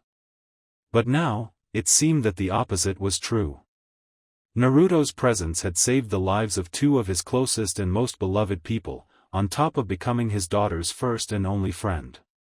And while her progress in mastering the gentle step was going at a far slower pace than he would have wished, maybe he could convince Naruto to let her join him on his training with the Sannin. But for some reason, Hayashi couldn't shake the thought that all this good fortune had a price tag attached to it, and that one day somebody would ask him to pay. Are we there yet? No. Are we there yet? No. Are we there yet? No. Are we there yet? No. Stop asking that already. Jiraiya yelled in anger. Between the heat and Naruto's constant chattering, he'd swear he'd go insane at any moment. Then he noticed something in the distance, and narrowed his eyes to see it better. Then, he turned to Naruto and said, "Yeah, we are there already. Tsunade is just behind those dunes." Finally. Naruto threw his hands in the air. The heat was downright oppressive, and his thirst was becoming nearly unbearable. He wished he had listened to Jiraiya's advice and didn't drink all the water from his canteen the first day they were in the desert. But after 2 hellish days waddling through an ocean of sand, their journey was already over. After much time, and much stalling on the Kazekage's part, Sarutobi finally managed to convince his Tsunade counterpart to accept the visit of a Konoha diplomat, in order to strengthen the relationship between the two villages, as well as to help with his Jinchuriki problem. While the intention to help was genuine, or else Sarutobi wouldn't have sent Konoha's best seal master alive as its representative, Sarutobi had other less selfless motives behind such action, namely, evaluate the threat said Jinchuriki could pose, as well as the Kazekage's intentions on how he was planning to use him. Jiraiya requested to bring Naruto with him to the mission, believing that having a Jinchuriki who also happened to be a kid of the Suna Jinchuriki's age would help to connect with him. Koharu and Hamura vehemently opposed to such thing, since not only it would mean taking Naruto out of the village despite not being a ninja, but bringing him into a foreign village. Sarutobi, however, agreed with Jiraiya's reasoning. Besides, if something happened, Naruto had one of the Sannin taking care of him. Tsunade also opposed her husband's idea, but for different reasons. She felt that Naruto was too young to do such a journey to another village, and all the possible dangers he could face, besides losing academy days. Jiraiya spent a whole hour convincing the Slug Princess that he would make sure that Naruto would return from the trip unscratched, and that Naruto would work extra hard to make up for his absence at the academy. Naruto was elated when Jiraiya informed him about the trip. He had never been outside Konoha's walls, and he was dying to see the world out there. He was amazed by the lush forests of the Land of Fire, which made Naruto wonder why it was called the Land of Fire, instead of the Land of Forests, and that such name would only make sense if somebody set those forests on fire. Jiraiya begged Naruto not to try to make their country's name more meaningful, and was marveled by the watery landscape of the Land of Rivers. But when they reached the Land of Wind, this place should be called the Land of Unbearable Heat. But fortunately, they arrived at the large rift in the middle of a large stone wall which was the entrance to Tsunade, flanked by a couple of Suna Chunin. After they verified the Toad Sage's identity, they allowed both him and his son access to the village. The hallway that was the rift was completely covered in shadows, and thus had a much cooler temperature, something both Konoha residents greatly appreciated. After a short walk, they arrived at the village proper. Naruto took some moments to contemplate the village before him. The village was composed almost exclusively by spherical, cylindrical or conical buildings made of clay. Jiraiya would explain him later that clay was easy to mold and harden fast in a heat climate, making construction work easier and faster, plus clay-made buildings, while weaker than brick and concrete buildings like those from Konoha, helped to keep the inside of said buildings cool, and there were none of the abundant plant life that was so common on his home village. Even if it was in the middle of a desert, again, Jiraiya would explain him that no plant could live in such place, and thus most plants were kept on greenhouses. They immediately headed towards the Kazekage estate, a massive spherical building with the kanji of wind inscribed on its front, which was placed in the middle of the village. Just like the Hokage Tower in Konoha, not only it was where the current Kazekage worked, but it also doubled as his and his family's residence, should he choose to live there. While Suna looked wildly different from Konoha, the atmosphere was rather identical. Carefree kids played in the streets, traders sold goods, civilians walked through the streets headed to their usual jobs, some ninja patrolled said streets while others watched everything from the building's roofs. Naruto guessed that deep down, most ninja villages were just the same. Kazekage's estate. Jiraya and Naruto were sitting on a couch on a large room, while they waited for the Kazekage to receive Jiraya, which, according to the Suna Jonin that received them at the entrance, it should be soon. So, tell me Naruto, what do you think about Suna? Jiraya asked, not afraid of a potentially tactless response, since they were alone. It's okay, I guess, but I prefer Konoha. It's really hot in here, and there's no green, Naruto dryly replied. Jiraya guessed that Naruto wouldn't be very happy there. From an early age, he always had a fondness for plants. He loved to play in their house's garden when he wasn't training, and even had a corner when he was growing some plants. But then again, it could have been the fact that he grew up in a place with trees as far as the eye can see, and the contrast was rather jarring. Have you even been here before? The blonde asked. Yes, multiple times. But this place has hardly changed from the last time I was here. Well, I'm seeing some new power lines, but that's it, Jiraiya mentioned. Do you know the Kazekage? I'm afraid not. I met his predecessor once during the Third War, but that's about it. Then he mysteriously disappeared. Weird. Did they think it had something to do with you? Fortunately not. A door opened, and another Suna Jonin, a woman in her 20s with purple marks on her cheeks, appeared. Jiraiya-san, Kazekage-sama is waiting for you at his office. About time. Is there a place where Naruto can wait while I'm with the Kazekage? Yes. Kazekage-sama said that Naruto-kun can spend the time with his children. I'll take him with them, the Jonin offered. Good, that way Naruto can get closer to the Jinchuriki, Jiraiya thought. Alright Naruto, this might take some time, so be patient, and be nice to the Kazekage's children. Sure thing Dad, Naruto nodded as he saw Jiraiya leaving. Please, come with me Naruto-kun, the female Jonin said, extending her hand at him. Okay, Maki. My name is Maki, the female Jonin replied, smiling a bit. Alright Maki. I'm Naruto Uzumaki. But you already know that, right? Hee hee. You're quite a lively child. I'm sure you'll have no problem in making friends with the Kazekage's children. I hope so. Jiraiya entered the Kazekage's office, and saw the man himself, Raza of the Gold Sand, the Kazekage, already waiting for him, sitting on his desk with a frown on his face. The Sannin put his best smile, and sat on the only empty chair. Kazekage Dano, is a pleasure to finally meet you, Jiraiya greeted, as cordially as possible. The Sannin, however, was cursing on the inside. He was really good at infiltration and information gathering, but diplomatic affairs were so out of his range of talents. He had to measure his words carefully as not to spark an international incident. Konoha already dodged a shuriken with Kyumo, and the last thing he wanted was to unwittingly provoke Suna and made those two villages to ally against Konoha. Jiraiya of the Sannin. While I always wanted to meet a living legend, pleasure isn't the word I'd use. We both know why you are here, and nobody but my ANBU are listening, so you might as well dispense with the pleasantries and go towards the matter at hand. As you wish, Kazekage Dano, Jiraiya replied in a neutral tone.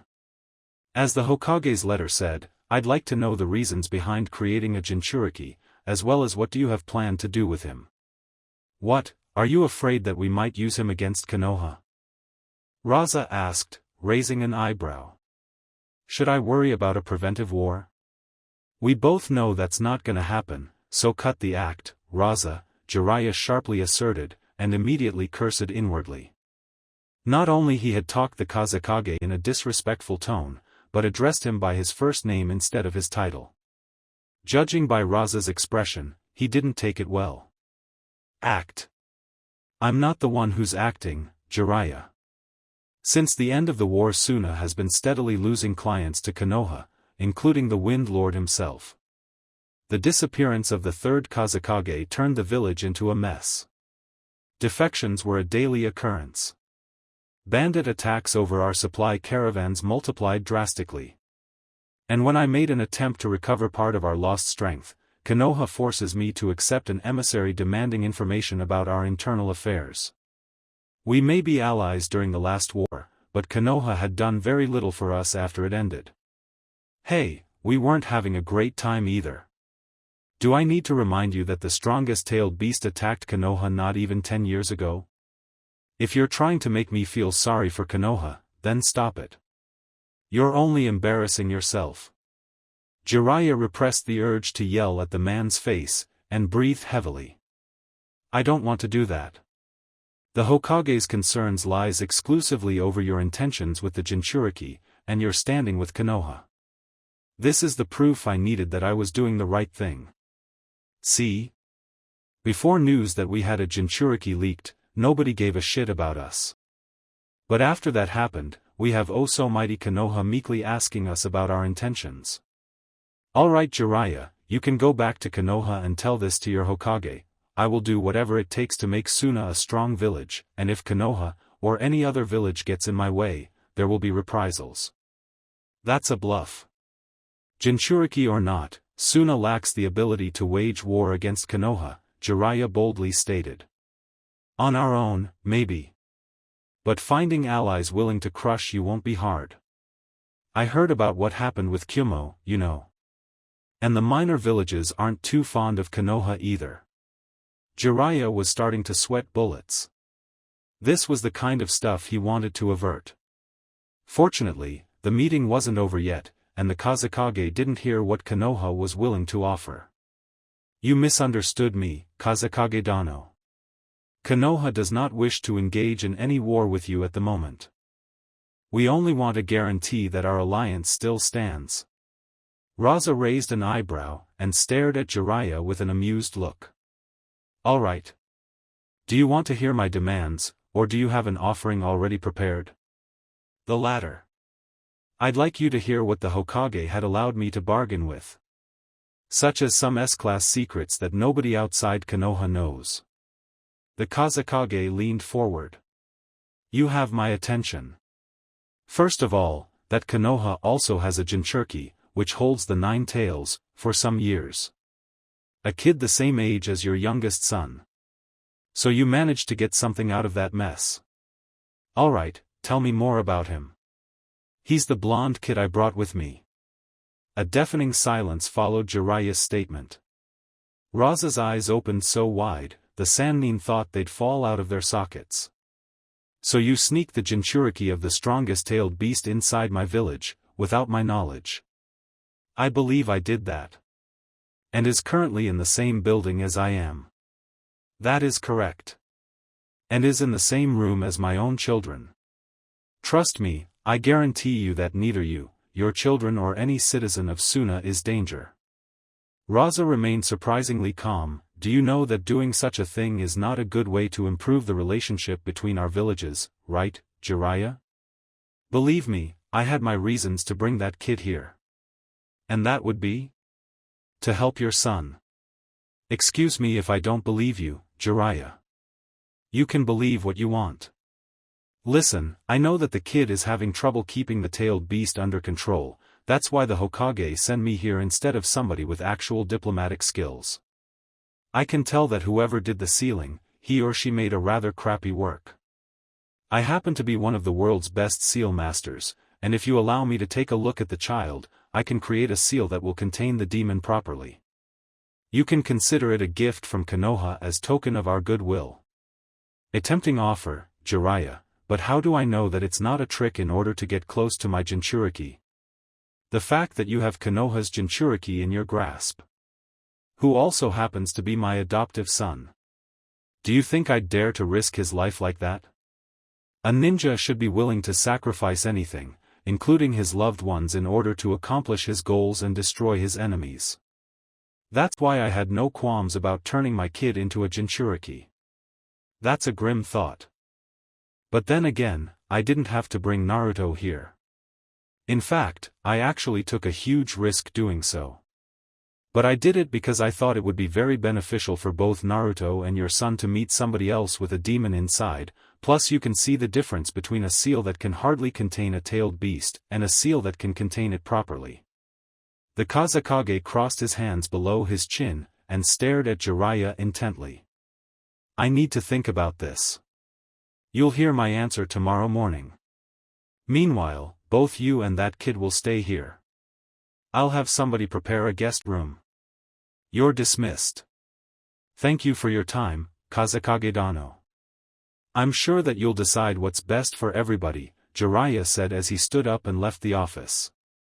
While the meeting between Jiraya and the Kazekage took place, Maki brought Naruto to a large room with a long table, a couple couches, some drawers and a few bookshelves. The room's two occupants immediately turned their attention to Naruto the moment he entered the place. One was a tall blonde girl with blue eyes and her hair styled in 4 pigtails. The other one was a boy with spiky brown hair and black eyes, who was shorter than the girl. Naruto-kun, these are Temari-sama and Kankuro-sama, 2 of Kazekage-sama's children. Temari-sama, Kankuro-sama, this is Naruto, the son of Konoha's emissary. Naruto walked towards the 2 kids, extended his hand at an intermediate space between the 2 of them, and introduced himself with a well-rehearsed line. Hello. I'm Naruto Uzumaki. Nice to meet you. It was the girl, Temari, who took his handshake offer, and gave him a rather strong handshake. Nice to meet you too, Naruto. Welcome to our village, Temari cordially greeted. I'll leave you alone. If you need me for whatever reason, I'll be outside in the hallway, Maki informed before leaving. An awkward silence followed Maki's departure. Naruto thought it was his responsibility to break it. And he would break it good. So which one of you two is the Jinchuriki? Naruto asked, blissfully oblivious to his extreme bluntness. Temari and Kankuro almost choked upon hearing Naruto's question. How do you know? Kankuro stuttered. My dad told me. It was the reason for why we came here, you know. I remember he told me it was his son, so it has to be you, right? Naruto pointed at Kankuro. Actually, the Jinchuriki is our little brother Gaara, Temari clarified. Where he is then? Naruto asked.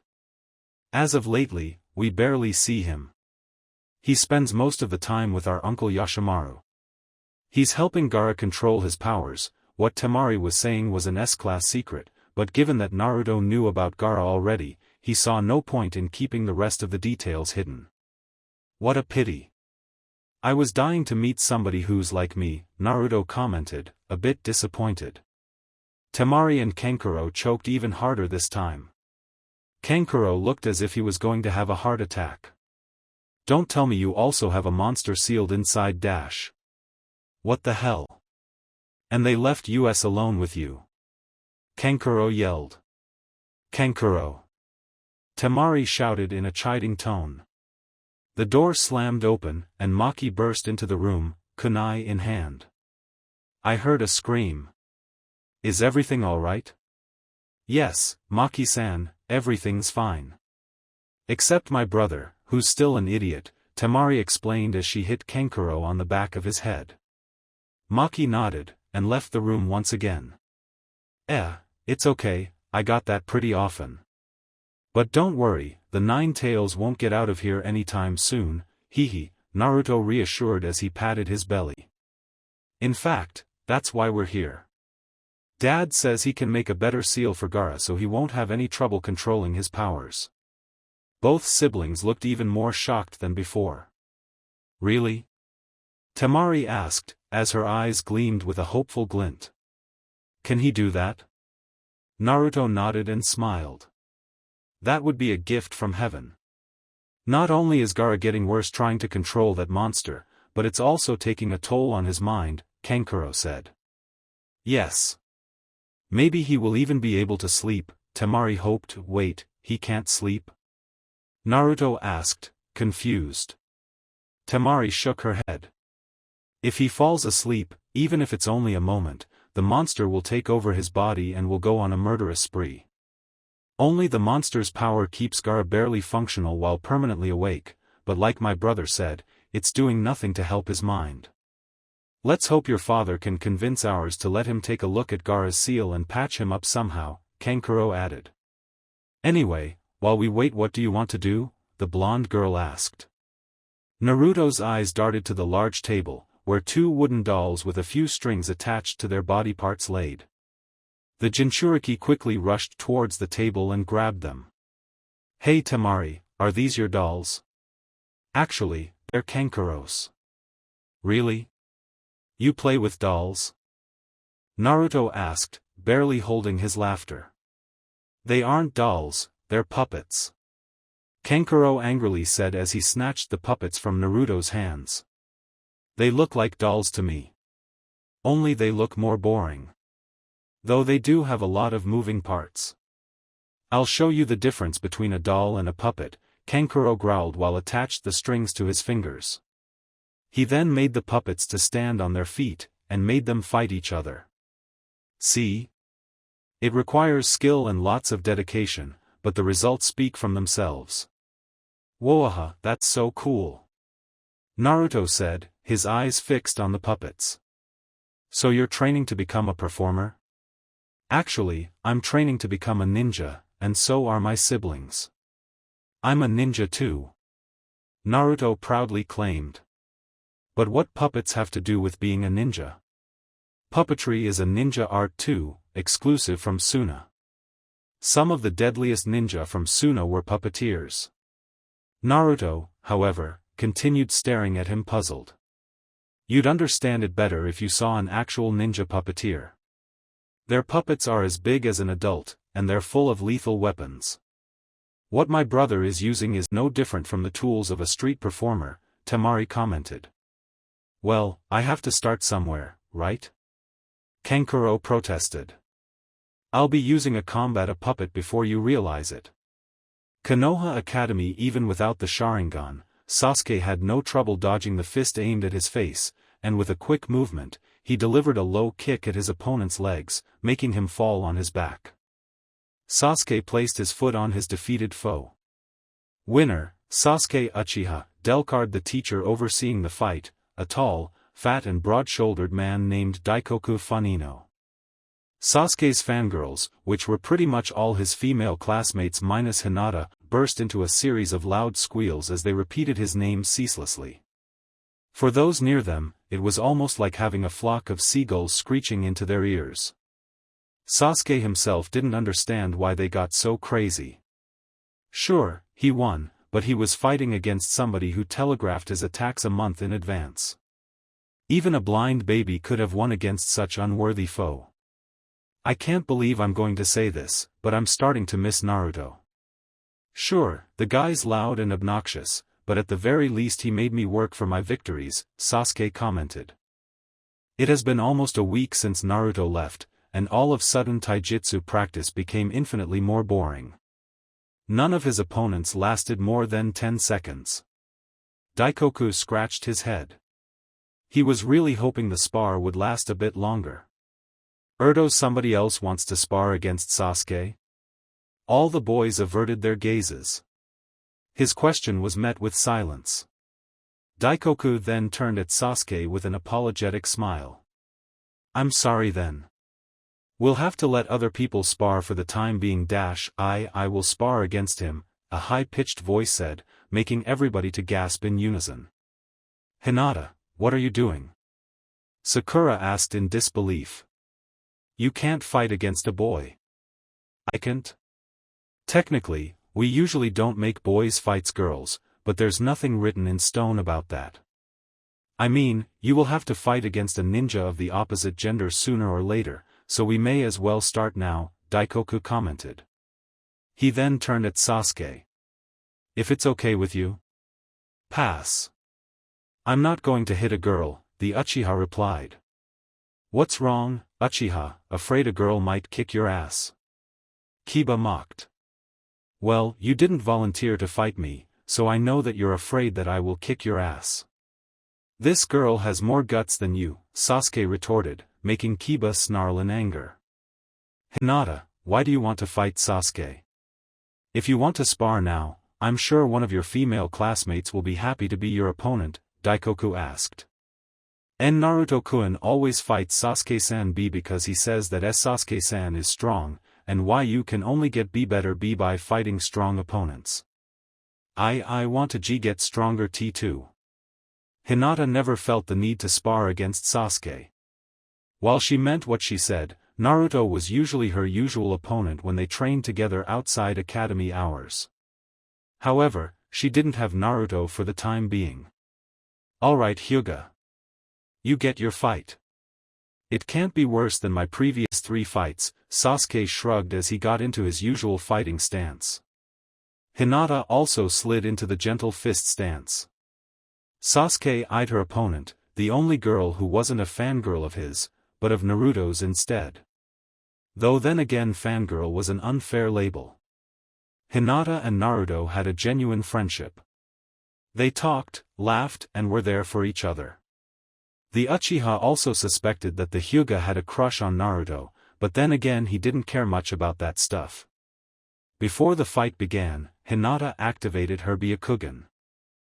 Sasuke felt a tinge of jealousy. All the Hyugas awakened their Byakugan when they reached certain age, yet he still didn't awake his Sharingan yet. The fact that his brother awoke it when he was younger than Sasuke is now didn't help. Alright then, begin.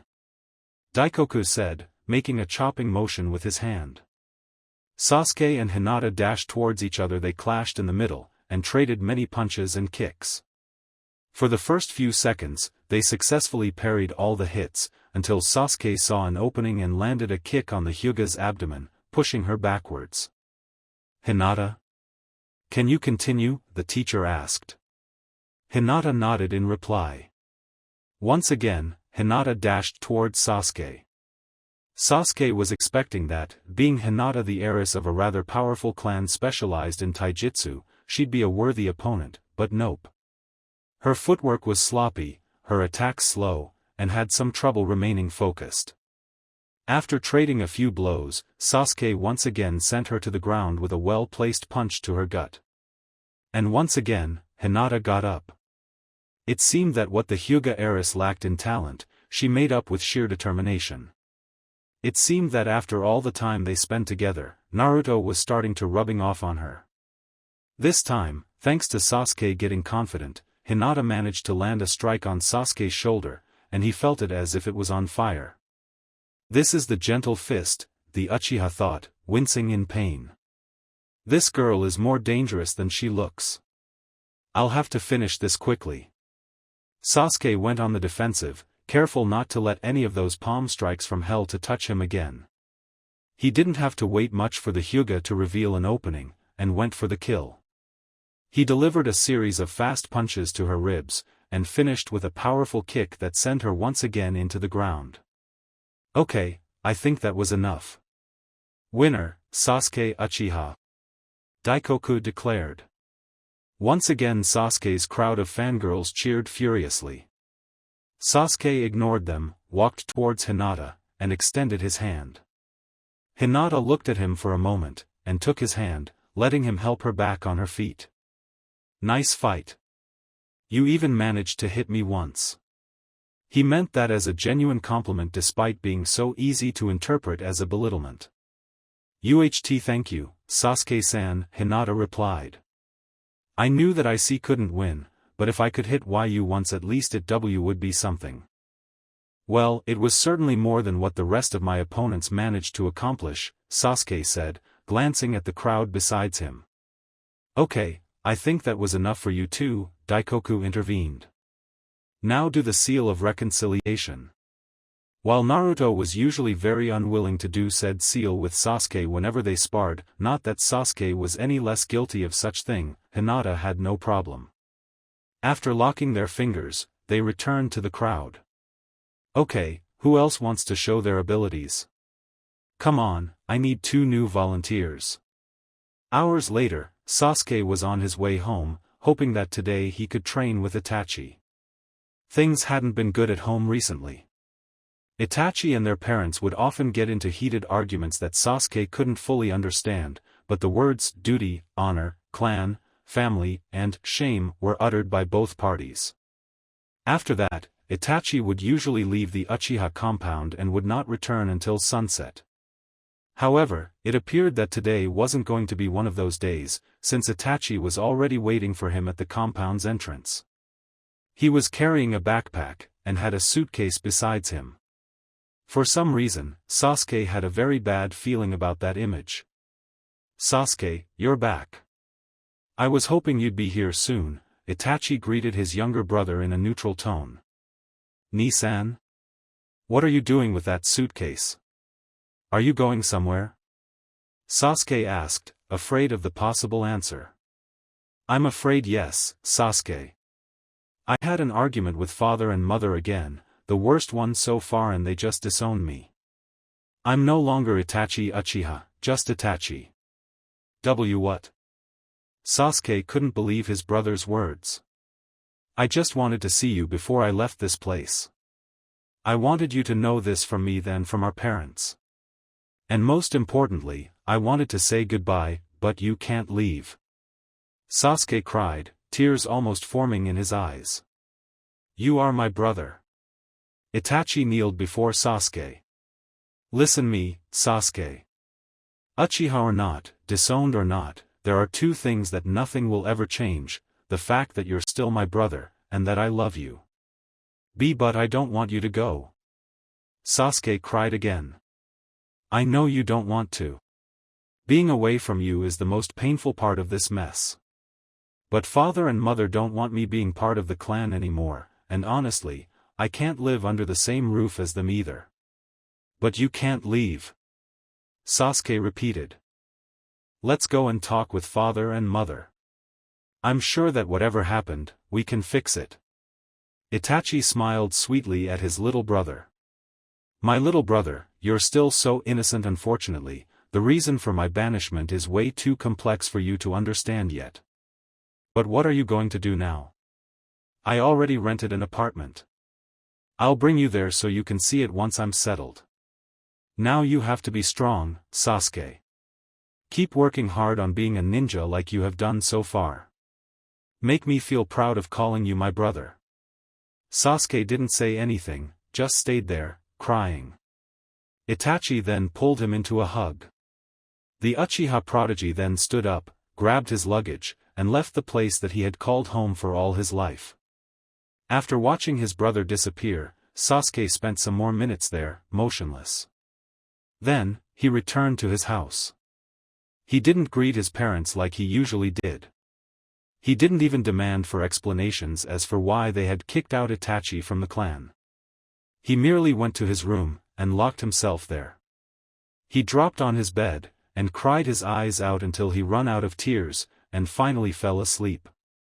Kazekage Estate. Next morning, shortly after Jiraya and Naruto woke up, Maki the Suna Jonin entered the guest room they had slept in order to inform them that the Kazekage had invited them to have breakfast with him and his family. She also informed that Gaara would be there. "Alright, that's good," Jiraya said, confident, as he started to get dressed. "Why is that good, Dad?" Naruto asked. "The Kazekage is rather protective of Gaara, given that he wasn't with his siblings, and has a personal caretaker. The fact that he's willing to have Gaara present means that he trusts us to some degree, and maybe he will accept my offer of fixing his seal. If everything goes as planned, not only we will help that poor kid, but will secure an alliance with Tsunade."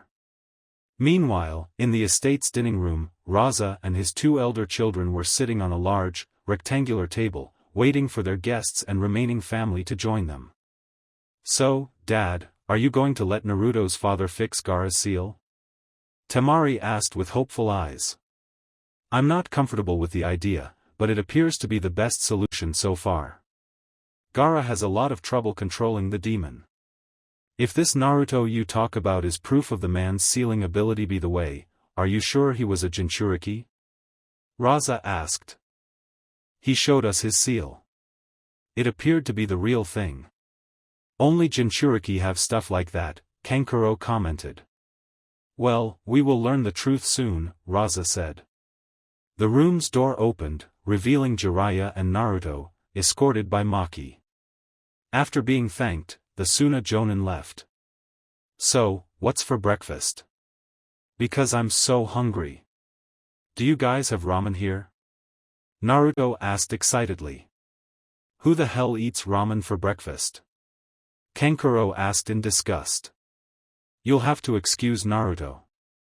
He gets rather out of control with an empty stomach, Jiraya said, laughing nervously as he and Naruto took a seat. Jiraya, these are Temari and Kankuro, my oldest children, Raza motioned to the two kids at his sides, then he fixed his eyes on Naruto. And I believe that this is the Jinchuriki, right? Your son Naruto. Yup, that's me.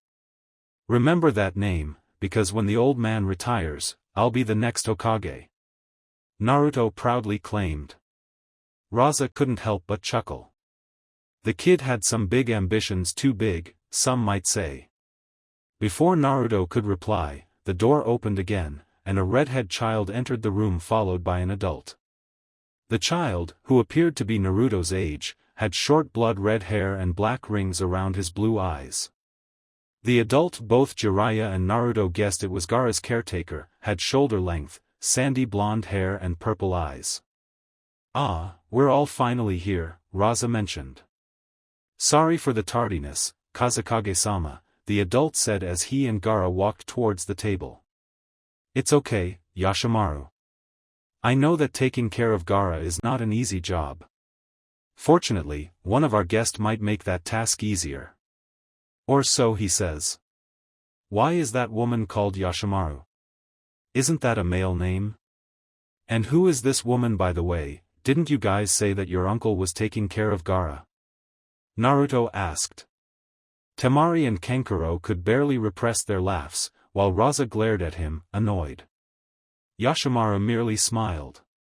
I have a male name because I am a man. And yes, I am Gaara's uncle. But yes, my looks makes others to mistake me for a woman, it has happened before. Wait, what? You're a guy. Naruto shouted in shock. Then he turned at Temari. Wait a minute, you're a girl, right? Of course I am. Don't I look like one? Temari harshly replied, visibly offended. Well, so does this guy. Naruto protested, making Kankuro to laugh even harder. Jiraiya face-bombed. Naruto was the nightmare of every diplomat. Fortunately for them, neither Raza nor Yashimaru were taking his antics seriously. Gaara, Raza said, fixing his eyes on his youngest son. These are Jiraiya and Naruto. They have come from Konoha to meet you. Gaara looked at Jiraiya with impassible eyes, and then looked at Naruto. I see, was all what he said. Gaara, do you notice something special about this kid? Raza asked, and waited expectantly at his son's response. Gaara parsimoniously walked to Naruto, and inspected him. So far, there was nothing remarkable about that boy except for how loud and obnoxiously cheerful he was. And then felt a shiver. Father, there's something inside this kid, something mother doesn't like. Mother wants to kill this child, Gaara grimly commented. The blonde almost jumped out of his chair. Hey, what the hell did I do to your mother? Naruto protested. So it is true, your son is a Jinchuriki, Raza concluded, mildly fascinated. Yet he looks so normal. Of course I am normal. I might have a demon inside me, but that doesn't change who I am. I already told you that Naruto is the difference between a good seal and a shoddy one, Jiraiya interjected. Can he access to the demon's power? Raza asked again. Yes, thought I'm not going to teach Naruto how to use it until he's older. A foolish decision. For a Jinchuriki to reach his potential, they should be trained to control their demon as soon as possible, Raza replied. He still struggles to control his own chakra, so I don't want to take an unnecessary risk and put him in danger. Whatever, Raza dismissed with a wave of his hand. So if you fix Gaara's seal, Gaara will have access to the demon's power without losing control, right? Exactly. If that's the case, then you have my permission to do it.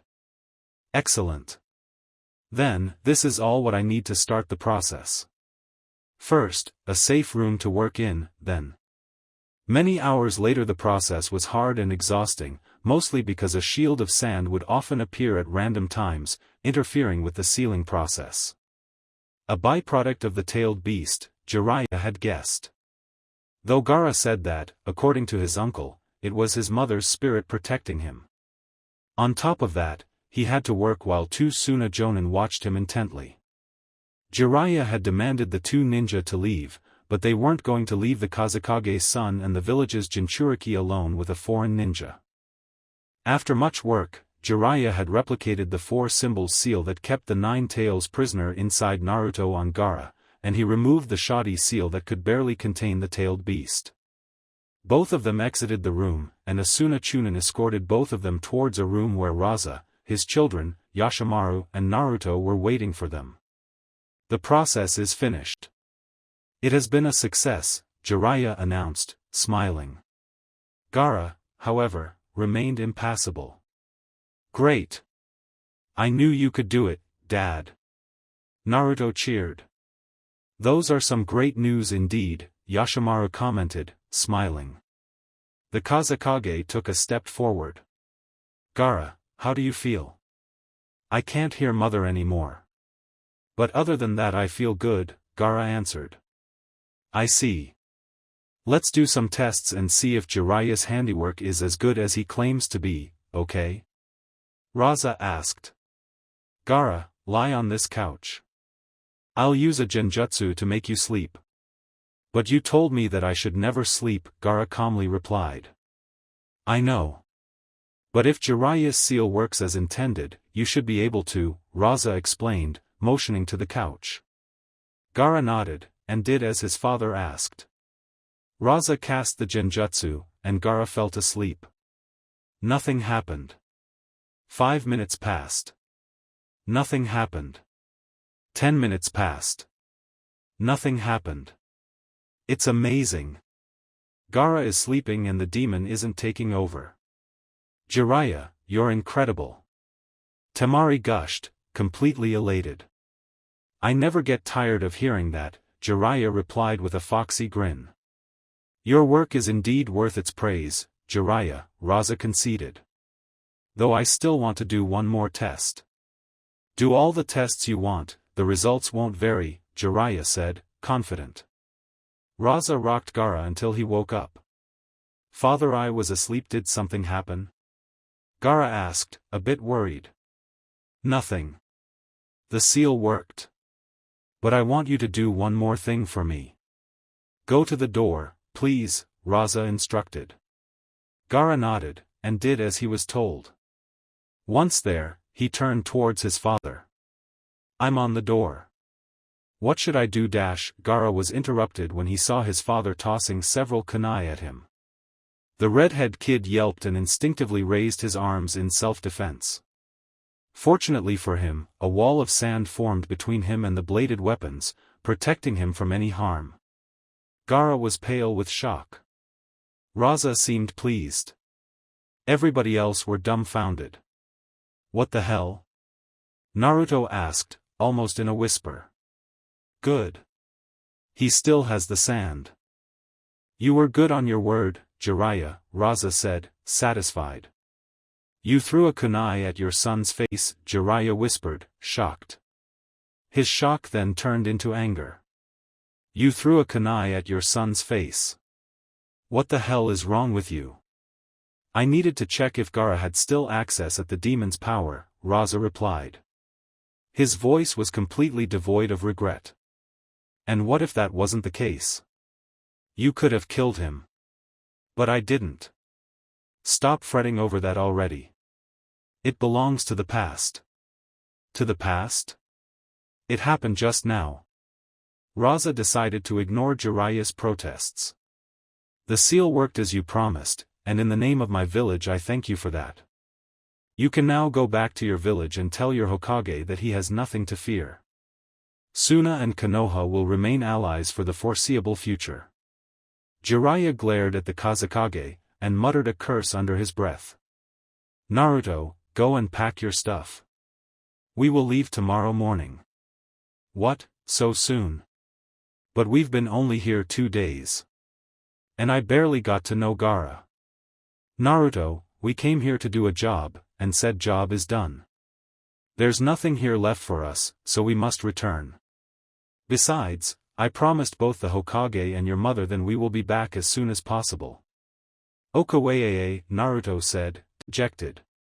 Once again, Jiraiya and Naruto were invited to have dinner with the Kazekage and his family. Jiraiya declined the invitation, but encouraged Naruto to go so he could spend at least some more time with the Kazekage's children, especially Gaara. The Kazekage finished his dinner quickly and left the dining room, claiming he still had some things to do, leaving the kids alone under the watch of a couple Suna jonin. Tell your father that I thank him for what he did for me. It's good to know that I won't hurt people unwittingly again, Gaara spoke up.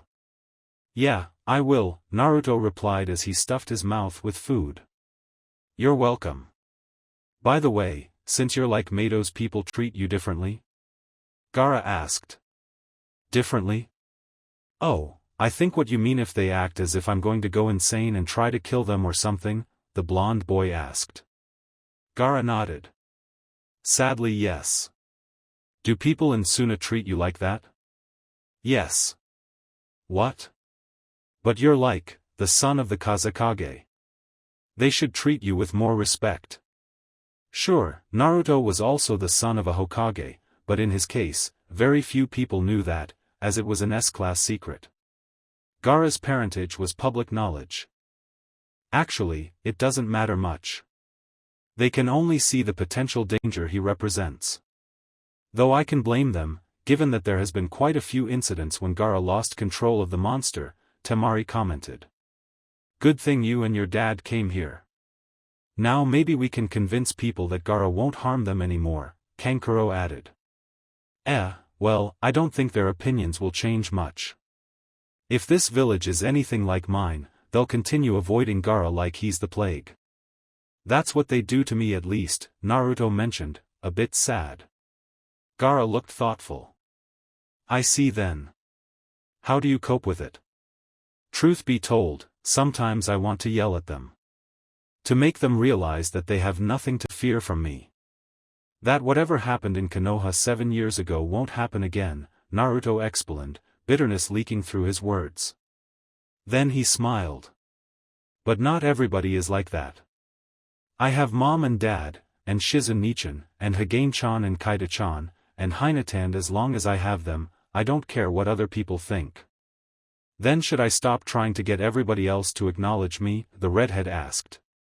What? No, of course not. You deserve to be respected. It's justn't feel too bad if they don't do now. If you ever feel down, you should go to the people who likes you.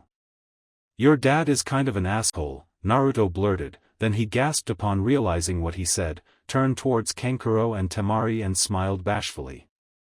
No offense. None taken, Kankuro replied. Temari just nodded. But you have your aunt, I mean uncle, and your brother and your sister are pretty cool, and I'm sure they'll help you deal with this crap, Naruto motioned at Kankuro and Temari. Both of them smiled sweetly. Yeah, I mean, we don't see each other much, but that's going to change soon. Kankuro declared. And if our father has a problem with that, well, he'll have to deal with it. Temari added. Thank you, to both of you, it means a lot to me, Gaara said. Naruto smiled at him. By the way, Gaara, what's all that talk about your mother? I thought that she died when you were born. Uncle said that the sand that protects me from harm is the spirit of my mother. Sometimes I hear voices in my head urging me to punish those who wrong me, but since your father reinforced my seal, I can't hear her anymore. Naruto remembered a conversation he had with his parents when he was 4. They told him that, if he ever heard a voice inside his head, he should tell them immediately. They didn't elaborate any further, leaving the blonde boy rather confused. It became much clearer once he learned the truth about the 9 tails being sealed inside him. Actually, that's not your mother, but the monster they sealed inside you.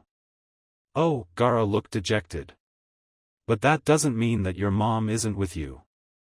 My parents tell me that since my birth parents died to protect me, their spirits will be always watching over me, protecting me in mysterious ways. I'm sure your mom will protect you and your siblings as well. Naruto quickly added. That's a comforting thought. I never thought that my real mother would want me to harm others. Of course not. People like us exist to protect others from these monsters. And that's what I want to do when I grow up. I'm going to be Hokage so everyone will know that I'm protecting my village. That sounds nice. Maybe I should try to become Kazekage too. And you will be the best Kazekage there is. And we will be there to support you, little bro, Temari added. Kankuro nodded. The four kids continued talking and laughing until it was time for all of them to go to bed. During the trip back to Konoha, Naruto would tell Jiraiya how much fun he had during the time he spent with the Sand siblings, as he nicknamed them. That moment Jiraiya knew that the alliance between Konoha and Suna would last for many decades, but it would be thanks to Naruto's unwitting efforts. Konoha Itachi, formerly known as Uchiha, studied his new home, a 3-room apartment consisting of a bedroom, a small kitchen, and a bathroom. It was a huge step down from his rather cozy home in the Uchiha compound, but it was enough for him. Due to having so few personal belongings, he took almost no time to settle in. While Itachi had done a myriad of B-rank and A-rank mission, the former Uchiha was penniless. When you're part of a big clan, all the money from missions goes to the clan fund. The clan head, or a designated treasurer, would manage the fund and use it to cover the clan's expenditures, such as food, clothes, weapons, water and electricity. Adult clansmen had a small allowance that they could spend however they pleased. Most of them used said allowance to buy things for their children. Naturally, Itachi didn't get any money from said fund, so he had to ask for a small loan to the Konoha Bank. Fortunately, his reputation as a young ninja prodigy was enough guarantee for the bank. He had used that money to buy food, some clothes, a stock of weapons, and to pay the first month of the rent. The loaned money would run out soon, and the bank would demand the money back just as soon, so he needed to do well-paid missions as soon as possible. Fortunately, the third would have no problem with it. Lying on his bed, Itachi couldn't help but wonder if he did the right thing. Maybe he should have tried a bit harder to convince his parents to drop the hostilities with the Konoha higher-ups. Maybe he should have become an ANBU and use his position as a mediator. His exhaustion beat his troubling thoughts, and the disowned Uchiha soon fell asleep, unable to shake the thought that something terrible was going to happen soon. 8 years after the Kyuubi attack, it was a warm Saturday morning. Flowers were blooming, birds were signing and the sky was clear. So while he waited for the daily training session with one of her parents, Naruto decided to spend some time on one of his hobbies besides training and eating ramen, gardening. Shizune bought him some new seeds from the Yamanaka flower shop, and he was planting them on his corner of the backyard. Helping him were his 2 4-year-old siblings, Hagane and Kaida. Both of them had inherited Jiraya's spiky white hair and Tsunade's brown eyes.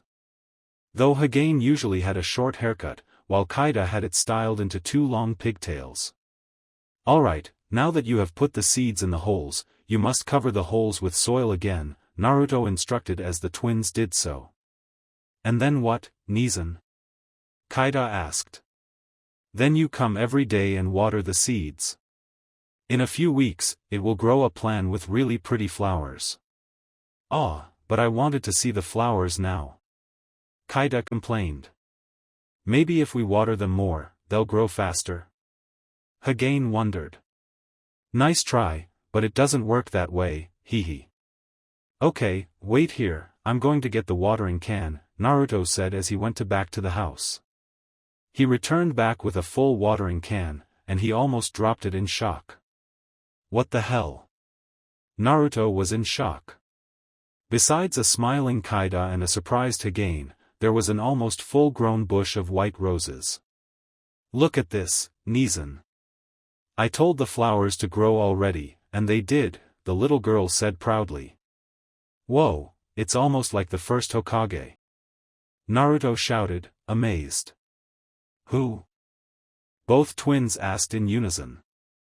The first Hokage. Your great-grandpa. He had the power to make plants grow super fast, but none of his children inherit that power. Maybe you did. Really? That's so cool. I'm going to grow more flowers then. Maybe I have that power too. Hagane wondered as he tried to emulate his sister. I have to tell Mom and Dad. Naruto excitedly stated as he rushed back inside. Dad. Get over here. You're not going to believe this. Naruto pretty much ignored the Sanin's protests as he dragged them, followed by Shizune, to the backyard, where the twins were trying to make more plants to grow. Naruto, please, I can walk on my own. Tsunade protested. What's so important that got you so riled up? Jiraya asked. Look at that. Naruto pointed out towards the white rose bush. Those are some nice roses, but I don't think they're impressive enough to be worth getting dragged here, Tsunade deadpanned. I don't mean that. I planted those roses 5 minutes ago, and Kaida made them grow. You mean that she has power over plants? Like the first Hokage? Jiraiya asked. Exactly. Naruto exclaimed. Come on sis, show them. Kaida nodded, and tried to make another white rose to grow. Come on, grow. Grow. Grow. Kaida piped as she motioned her arms at the ground, without any visible effects. Oh come on, it worked just now. Jiraiya shook his head. Come on Naruto, the kids pranked you. While I admit that that bush wasn't there yesterday, there's no way they have the power of the wood release. No. I have the power. And I'll show it to you. Grow. Kaida ordered, her face turning red as she tried to channel the power she thought she had. Come on sis, I know you can do it. Hagane encouraged as he patted her on the back. The moment Hagane touched Kaida, something inside her changed. She felt an overwhelming force coming from within, and almost unwittingly, channeled said force outside through her extended arms. Another white rose bush emerged from the ground, except this one grew to be twice as big and lush as the first one. Tsunade's necklace shined with such an intense glow it was comparable to the sun. Tsunade, Jiraiya and Shizune's jaws dropped, and their eyes opened so wide they appeared to pop out of their socket. They remained in a state of stupor until Naruto snapped out of them. Two can't believe it. Tsunade babbled, almost in a whisper. Tsunade-sama this is, Shizune stuttered. Jiraiya was also shocked, but then he smiled wide. Huh, did you see that? My genes are so good, they awakened a long-lost bloodline limit. Jiraiya, Tsunade whispered, ignoring the Toad Sage's remark. When Hagane touched Kaida you felt something, didn't you? Yes. Something similar to nature chakra, Jiraiya replied. Kaida, when Hagane touched you, what did you feel? I felt being full of energy. And so strong. Like I've been sleeping for a whole week. It felt amazing, the little girl said. Hagane, honey, give me your hand, Tsunade instructed as she crouched in front of her younger son. Hagane did so, and Tsunade's necklace glowed once more. None of the presents were sensors, but they could felt Tsunade's chakra dramatically increasing all of a sudden, manifesting in the form of a blue aura flaring around her. Jiraiya also noticed the bit of nature chakra there. The effect vanished once they stopped holding hands. Tsunade stood up, with a dazzling look on her face. When Hagane touched me, I felt my chakra reserves growing so much, I thought I wouldn't be able to hold them. This is incredible. Wait a minute, we all touched Hagane many times before. Why he didn't have this effect until now? Shizune asked. I don't know, maybe it was dormant until something triggered it. Jiraiya guessed. Like what? Like Kaida making those plants grow? Naruto asked. I mean, you told me about twins having some sort of invisible special connection. What if Hokage couldn't awake this power until Kaido awakened hers? It's a possibility, Jiraya conceded. By the way, Tsunade, I think that this might be the reason as for why your necklace glows so much when it's near either of them. It is possible that the first chakra of the necklace somehow influenced them since the moment they were conceived? Shizune asked. That's an interesting theory, but we'll have to wait to see if it's true or not. I'm going to check the twins now to see the extent of their abilities. As for the time being, I don't want anybody else to learn about this, understood? What? But Kaido just developed a bloodline limit which was thought to be lost. And Hokage has some freaky power too. We have to tell the Hokage at least. Naruto protested. Shizune stepped in. Naruto-kun, keep in mind that the power of the first Hokage has been sought by many people. If there was a rumor that Tsunade-sama and Jiraiya-sama's kids had manifested that power, then they would be in great danger. Do you understand that? Yes, Shizune-nichan. I didn't think of that, Naruto admitted, as he rubbed the back of his head. Which means that you two shouldn't use those powers out of this house, and only with an adult present, understood? Tsunade said to the twins. Kaido went to protest. But no buts, Kaido. Tsunade's tone did not leave room for replies. Alright, Mom, the white-haired girl conceded in defeat. You two, come with me for a medical check. Jiraiya, why don't you take Naruto out for some training? Training Ground 3. While Tsunade inspected the twins, Jiraiya tooled Naruto to their usual training spot. Alright Naruto, let's review your ninjutsu repertoire. First use the clone jutsu, Jiraiya instructed. Naruto nodded, made the necessary hand seals, and channeled his chakra. Clone jutsu. Naruto shouted, and 4 perfect copies of himself appeared at both sides. Yay! Alright, that jutsu gave you some trouble, but it seems that your chakra control is getting better, Jiraiya mentioned. Now, transformation. Dispelling the clones, Naruto nodded again, and turned into Shizune. Jiraiya gave a nod of approval, and Naruto returned to normal. And lastly, the body replacement.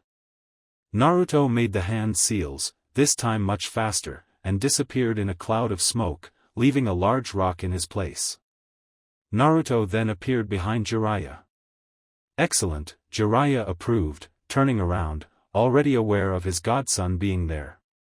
Those are the 3 academy ninjutsu you need to master if you want to graduate. As you can see, piece of cake when you have such an awesome teacher as me. Wait, does that mean that I can graduate already? Naruto said in realization, starry-eyed. I said that those 3 jutsus are necessary to pass, not the only thing you need. But yeah, I'm sure that you'd be good to graduate in 2 years. Yay! Take that Sasuke. I'm going to graduate 2 years before you. Whoa there, don't get yourself carried away. You're not going to skip any academy year. What? But why? If I already know what they teach at the academy, going there is a waste of time. You have a point. But I'm not teaching you everything the academy does. Stuff like maths, physics, biology, and geography might not seem useful for a ninja at first, but they are. That's why the academy is still important. If that wasn't the case, I wouldn't bother sending you there. Besides, I'm going to have a talk with the Hokage and see if he can do something about making the academy curriculum a bit more challenging. I mean, a ninja needs more than the 3 basic E-rank jutsus to do their job. They don't even teach tree walking. Besides, I want to teach you other abilities that will take some time. And that would be? Sealing jutsus, some more advanced ninjutsu, being able to dispel genjutsus, and if possible, control of the 9 tails chakra. It's my goal to make sure you gain some level of mastery over those abilities before you graduate. I see. No matter what you decide to throw at me or how hard the academy gets, I'll pass with flying colors. Naruto claimed, pumping his fist. Boy, that inner fire is something every teacher wants to see in his students, Jiraya smiled. Alright kid, now that you showed me what you're capable of, I think that I can fulfill your request. Yes. Elemental ninjutsu. Last week, Sasuke, who for some reason had become incredibly cranky since the previous year, showed everybody that he had learned the great fireball jutsu. Even if he was far from completely mastering it, Naruto had to admit that it was pretty cool. From that day onwards, Naruto begged her parents to teach him elemental ninjutsu. And now the gap between him and Sasuke would close once more. Jiraiya then produced a small light brown rectangular paper. This is a litmus paper. It is used to determine your elemental affinity. You channel chakra into the paper, and based on how it reacts you can determine your affinity. For example, Jiraiya did as he explained, and the paper started to burn.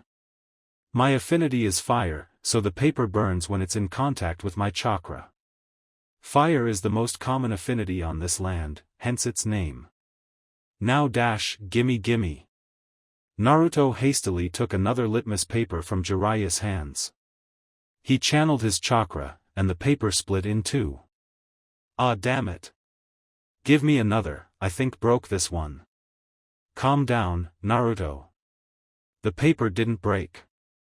If the paper cuts in two, then it means you have an affinity for wind.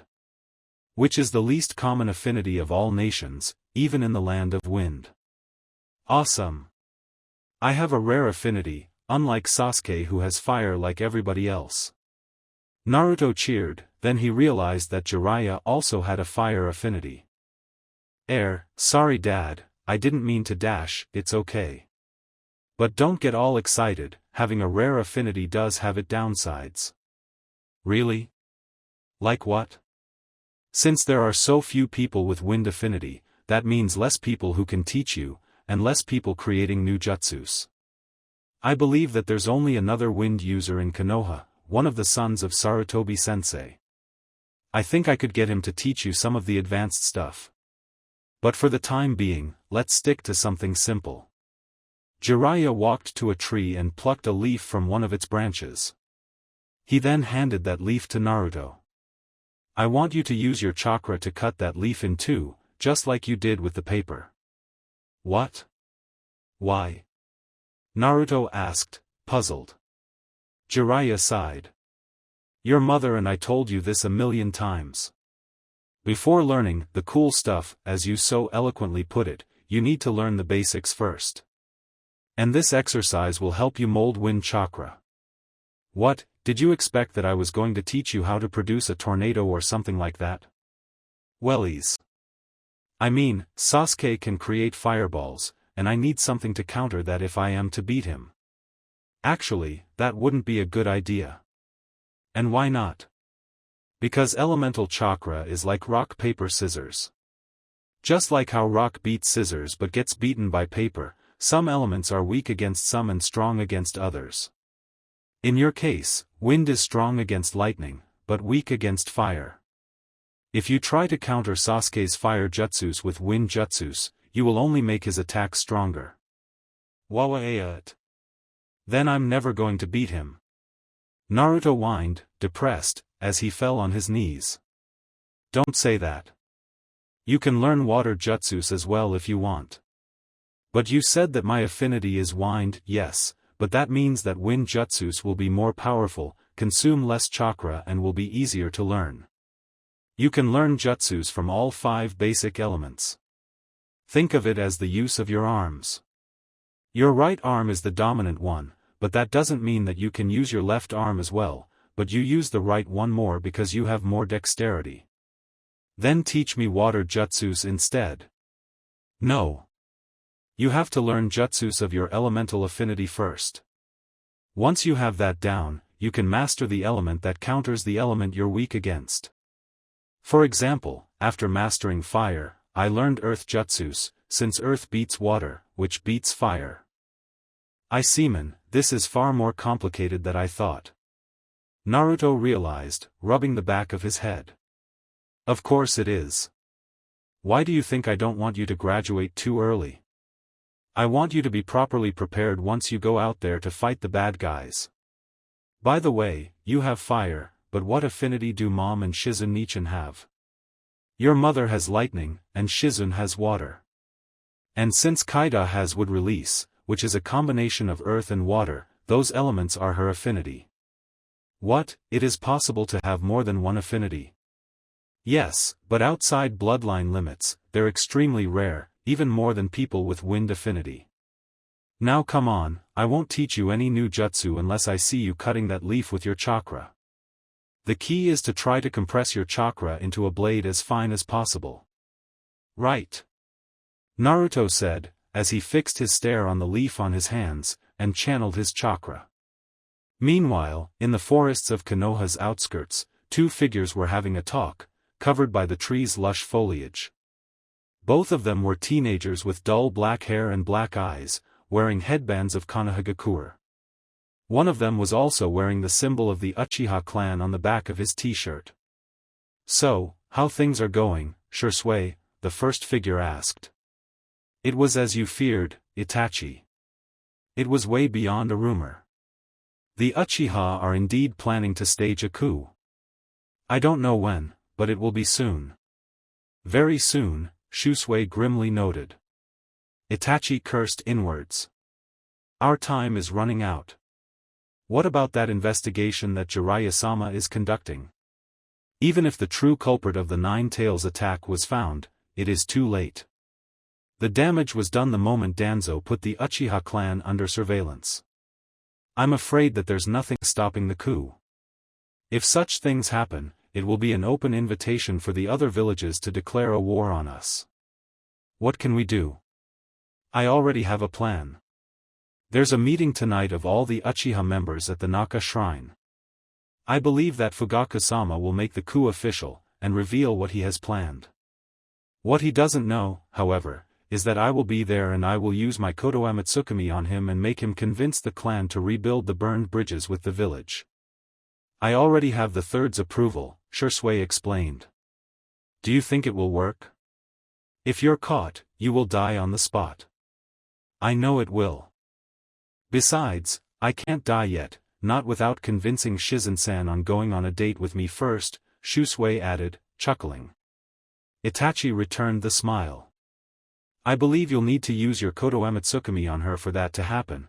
Itachi's face became serious again. But take care. Once you're done, meet me at my apartment, and we'll discuss what to do next. Yes. See you this night, Itachi, Shizune said before disappearing. Good luck, Shizune. Let's hope everything goes right. Little did the two rogue Uchihas knew that a third Sharingan wielder, hidden in the shadows, had listened their entire conversation. Shortly after finishing his training session with Naruto, Jiraiya was confronted by an ANBU who told him that the Hokage requested his presence for an urgent mission. In no time, he arrived at the Hokage's tower, and entered Sarutobi's office through one of the windows. Jiraiya, is the door too much of a hassle to you? Sarutobi asked in a deadpan tone. Sorry, sensei, but you said that it was urgent, Jiraiya replied as he jumped inside the office. Alright, sit down, Sarutobi instructed with a weary sigh. Jiraiya, there is no need for you to continue your investigation of the Kyuubi attack.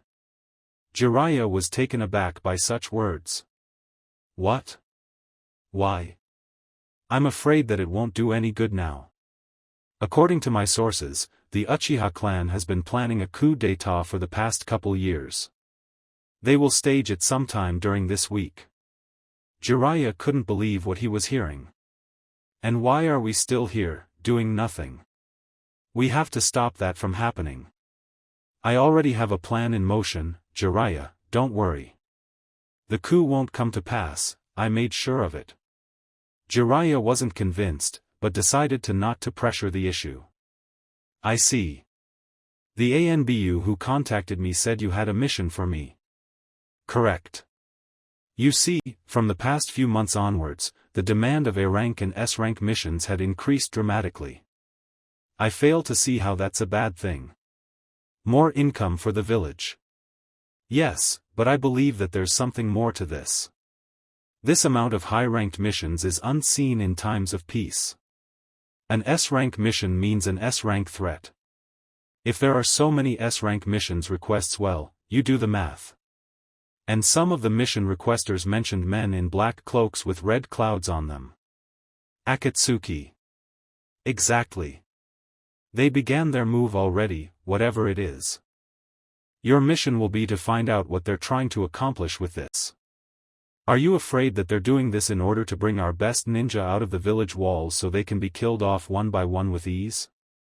It is one of the possibilities, yes, but not the only one. Alright, I'll meet some of my spies and see what they have. You'll receive a report from me shortly, Jiraya said as he disappeared in a cloud of smoke. Sarutobi knew that he didn't convince Jiraya about the coup being already over.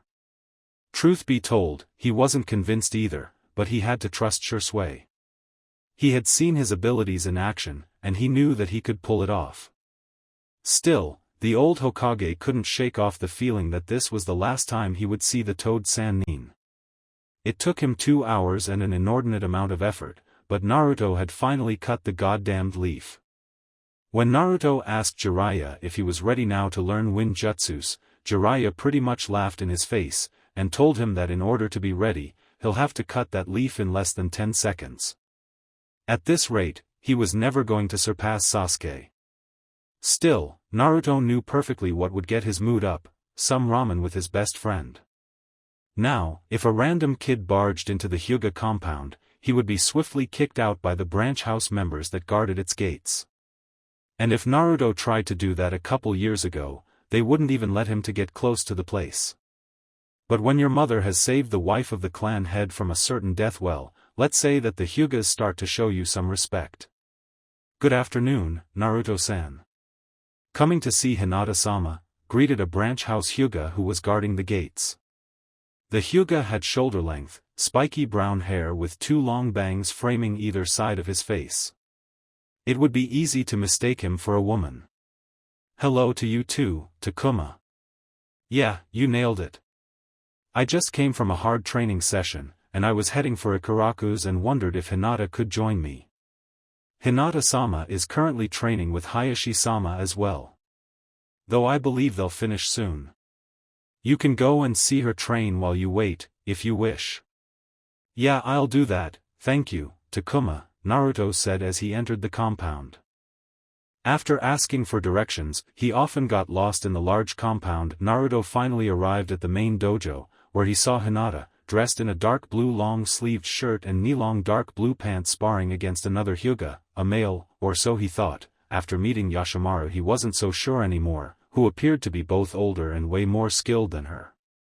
Naruto's presence was acknowledged by the other Hyuga present with a silent nod. One of them, a woman with long dark purple hair, signaled him to sit next to her. Naruto complied. Good afternoon, Hikari-san, Naruto greeted as he sat beside the woman. Welcome to our home, Naruto-kun. Did you come here to see my daughter? Hikari asked. Yeah, I wanted to ask her if she would want to go with me to Ikaraku's and grab some ramen, but I see she's busy now. She's close to finish her daily training. I'm sure she'd love to eat with you. Hinata lost her focus the moment Naruto entered the dojo, blushing the moment she saw the blonde smiling at her. This moment of distraction left her wide open for her opponent to knock her down with a swift palm strike. Don't get distracted. In a real fight, if you get distracted, you die. Come on, stand up and come at Niji again. Hayashi chided in a reprimanding tone. Why yes, father. Hinata bumbled as she stood up and dashed at her adversary again. They traded blows once again, except this time Hayashi noticed that she was more focused and her attacks were far more aggressive. As if suddenly this spar became a death match with her life on the line. Yet the only thing that changed was that Naruto had entered the room. Did that kid have some effect on her daughter? Meanwhile, Naruto continued watching Hinata spar. Wow, that kid fights pretty hard, Naruto commented to no one in particular. Indeed. Niji-kun has quite some talent. Some believe that in a few years he will become the strongest Hyuga alive, surpassing even my husband, Hikari whispered to him. But don't tell him I said that, he has quite the ego already. By the way, is Neji a guy? Hikari chuckled. Yes, he is. Does he look like a girl? Well, it's that I met some guys who look like women. And many of them were Hyugas. Well, yes. Many Hyugas have rather feminine looks. Not every Hyuga can have the luck to have my Hayashi's handsome manly features. There was a collective gasp when Hinata managed to land a hit on the Hyuga prodigy. Way to go, Hinata. Kick his ass. Naruto cheered in a whisper. He remembered the first time the loudly cheered her, and was reprimanded by the rest of Hyuga for almost half an hour for his noisy behavior. I think I'll bring you here whenever Hinata-chan has to train. She fights with far more spunk whenever you're present, Hikari observed, smiling at Naruto. Well, obviously. I also fight better when I have my friends cheering me, Naruto replied. After a few more minutes, Hayashi decided that the spar was over. Hikari silently signaled Naruto that it was okay to speak with Hinata if he wanted to. Hey, Hinata, way to go. Naruto cheered as he ran towards his best friend. The Hyuga heiress blushed once again. Thank you, Naruto-kun. Say, I was going to Ikaraku's to have some ramen. Wanna join me? Hinata didn't reply, and merely looked at her father. Hayashi pondered for a few seconds before revealing his answer. Yes. But your mother will go with you, Hayashi stated in a neutral, but commanding tone. Come on Hayashi, what's the worst it could dash, Hikari tried to protest. Hikari, I'm not going to leave our 8-year-old daughter alone with a boy, Hayashi almost spat the last word. If only he knew all the times Naruto and Hinata had been alone since they met. So either you or another adult goes with her, or she can't go. Alright. As you wish, dear, Hikari rolled her eyes. Naruto-kun, wait a minute before Hinata-chan gets a quick shower and gets dressed. Half an hour later, the two Hyuga girls and the Uzumaki boy were at the latter's favorite food place. Alright, 2 chicken ramen bowls for the ladies, and 5 miso ramen bowls for our favorite customer, Ikaraku announced as he placed the orders on the counter. Enjoy the food. We will. Naruto happily replied as he started wolfing down the food. Hikari watched him with curious eyes. Kid, how can you eat so much and not have an ounce of fat in your body? The Hyuga woman asked. Because I burn all of it training a lot. I need to if I'm to become Hokage. Naruto proudly proclaimed as he finished his first bowl and went to the second. Especially now, that I'm learning elemental ninjutsu. Ah really? That's amazing Naruto-kun. Because that kind of Jaijutsus are pretty advanced, Hinata noted, as she slowly ate her ramen. Indeed. They're usually taught to chunin, and the average age of becoming a chunin is 15 to 16. You're half that age, and not even an academy graduate, Hikari observed. Yeah, that's how awesome I am. Naruto claimed with a foxy grin as he emptied his third bowl. Hey, what about you, Hikari-san? What is your element? Actually, the Hyuga clan does not use traditional ninjutsu, just our own martial art, the gentle fist. But I believe my affinity is water. I don't know what affinity is Hinata's. Well, we might find it soon, since Dad said it's going to talk with the Hokage so they teach elemental ninjutsu at the academy, Naruto claimed. The academy? Isn't that a bit too soon? I mean, not all the kids have the luck of having a clan or being trained by 2 sannin, Naruto-kun. Hikari asked. I dunno, my dad said that the standards of the academy decayed a lot since the days he and mom were genin. By the way, did you know that they graduated when they were just 6? They're living legends. It's something to be expected. Mother, Hinata spoke up. Do why you think I could learn elemental and ninjutsu? Hikari shot her daughter an odd look. why would you want to do such a thing? Well, it's that I'm not that good with the gentle fist, so maybe if I could have as something else to rely on, I don't see why not. While we don't use traditional ninjutsu, it isn't banned or anything, Hikari shrugged, then she turned more serious. Though I don't want you to neglect your gentle fist training. Your father and I still expect you to master it to some degree. You can learn any other kind of ninjutsu to supplement your skill repertoire if you wish, but none of them are to be treated as the replacement of the gentle first. Understood? Why yes, mother. Hikari smiled. Good then. Though then again I believe that maybe traditional ninjutsu will give you less trouble, since you have such a good chakra control for somebody of your age. Hey, if that's the case, maybe she could also learn medical ninjutsu. Mom says that it requires a precise chakra control, Naruto commented. You now want to add medical ninjutsu as well? I think Hinata will have enough with elemental ninjutsu and the gentle fist, Naruto-kun, Hikari replied. Though given her history, Hikari couldn't help but feel a newfound respect for medical ninjutsu. Well, my parents say that a great ninja is a master of multiple skills. That's why besides taijutsu and ninjutsu, I'm also going to learn sealing jutsus as well. And I heard Dad talking about something called senjutsu, which I don't know what it is. All you need is the will to do it. It's good to see that despite being so young, you're thinking so much about your future, Naruto-kun. That kind of hindsight is rare in kids your age. Besides, I also heard Mom saying that she wanted to convince an Hyuga to become a medical nin, since he said something about the Byakugan being a good medical tool or something. You have a point in there. But in the end, it all depends on what Hinata wants to do, Hikari noted, looking as he daughter. Well, as for now I think I'll like to try elemental ninjutsu at first, and then maybe a medical ninjutsu as well, Hinata said. Alright. Can Hinata come to train with Dad and me one of these days? Naruto asked to Hikari. I don't see why not. She can go once she finishes her daily gentle fist practice. Yay! You'll see Hinata, you'll become a mistress of the elements in no time.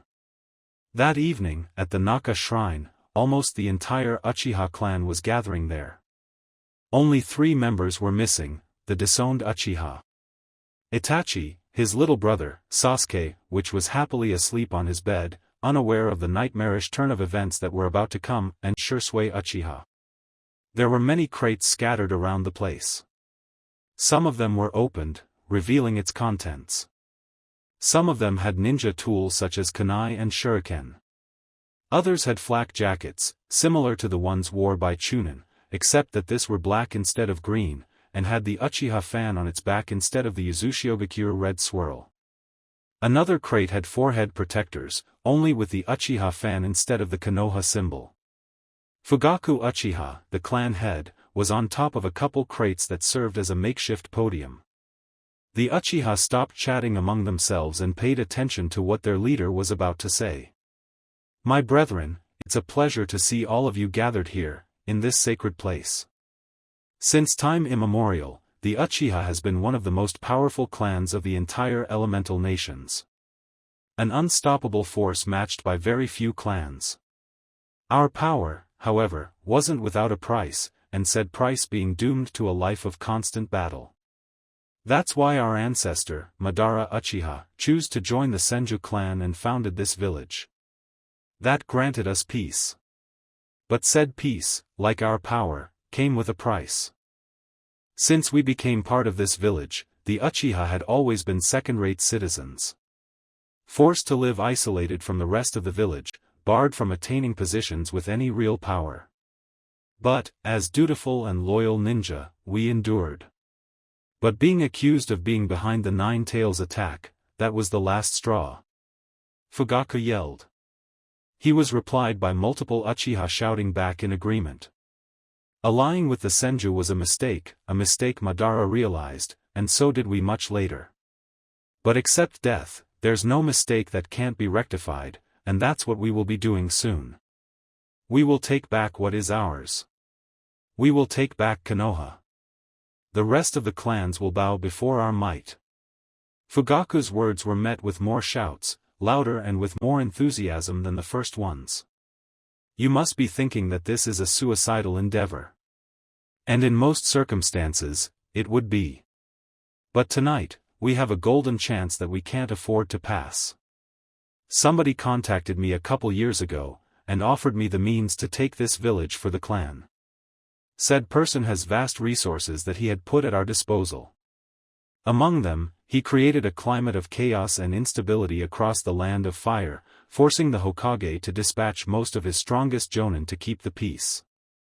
Which means that there are almost no elite ninja protecting Konoha. Between that, and the reinforcements my ally will provide me, in 2 days Konoha will be under our control.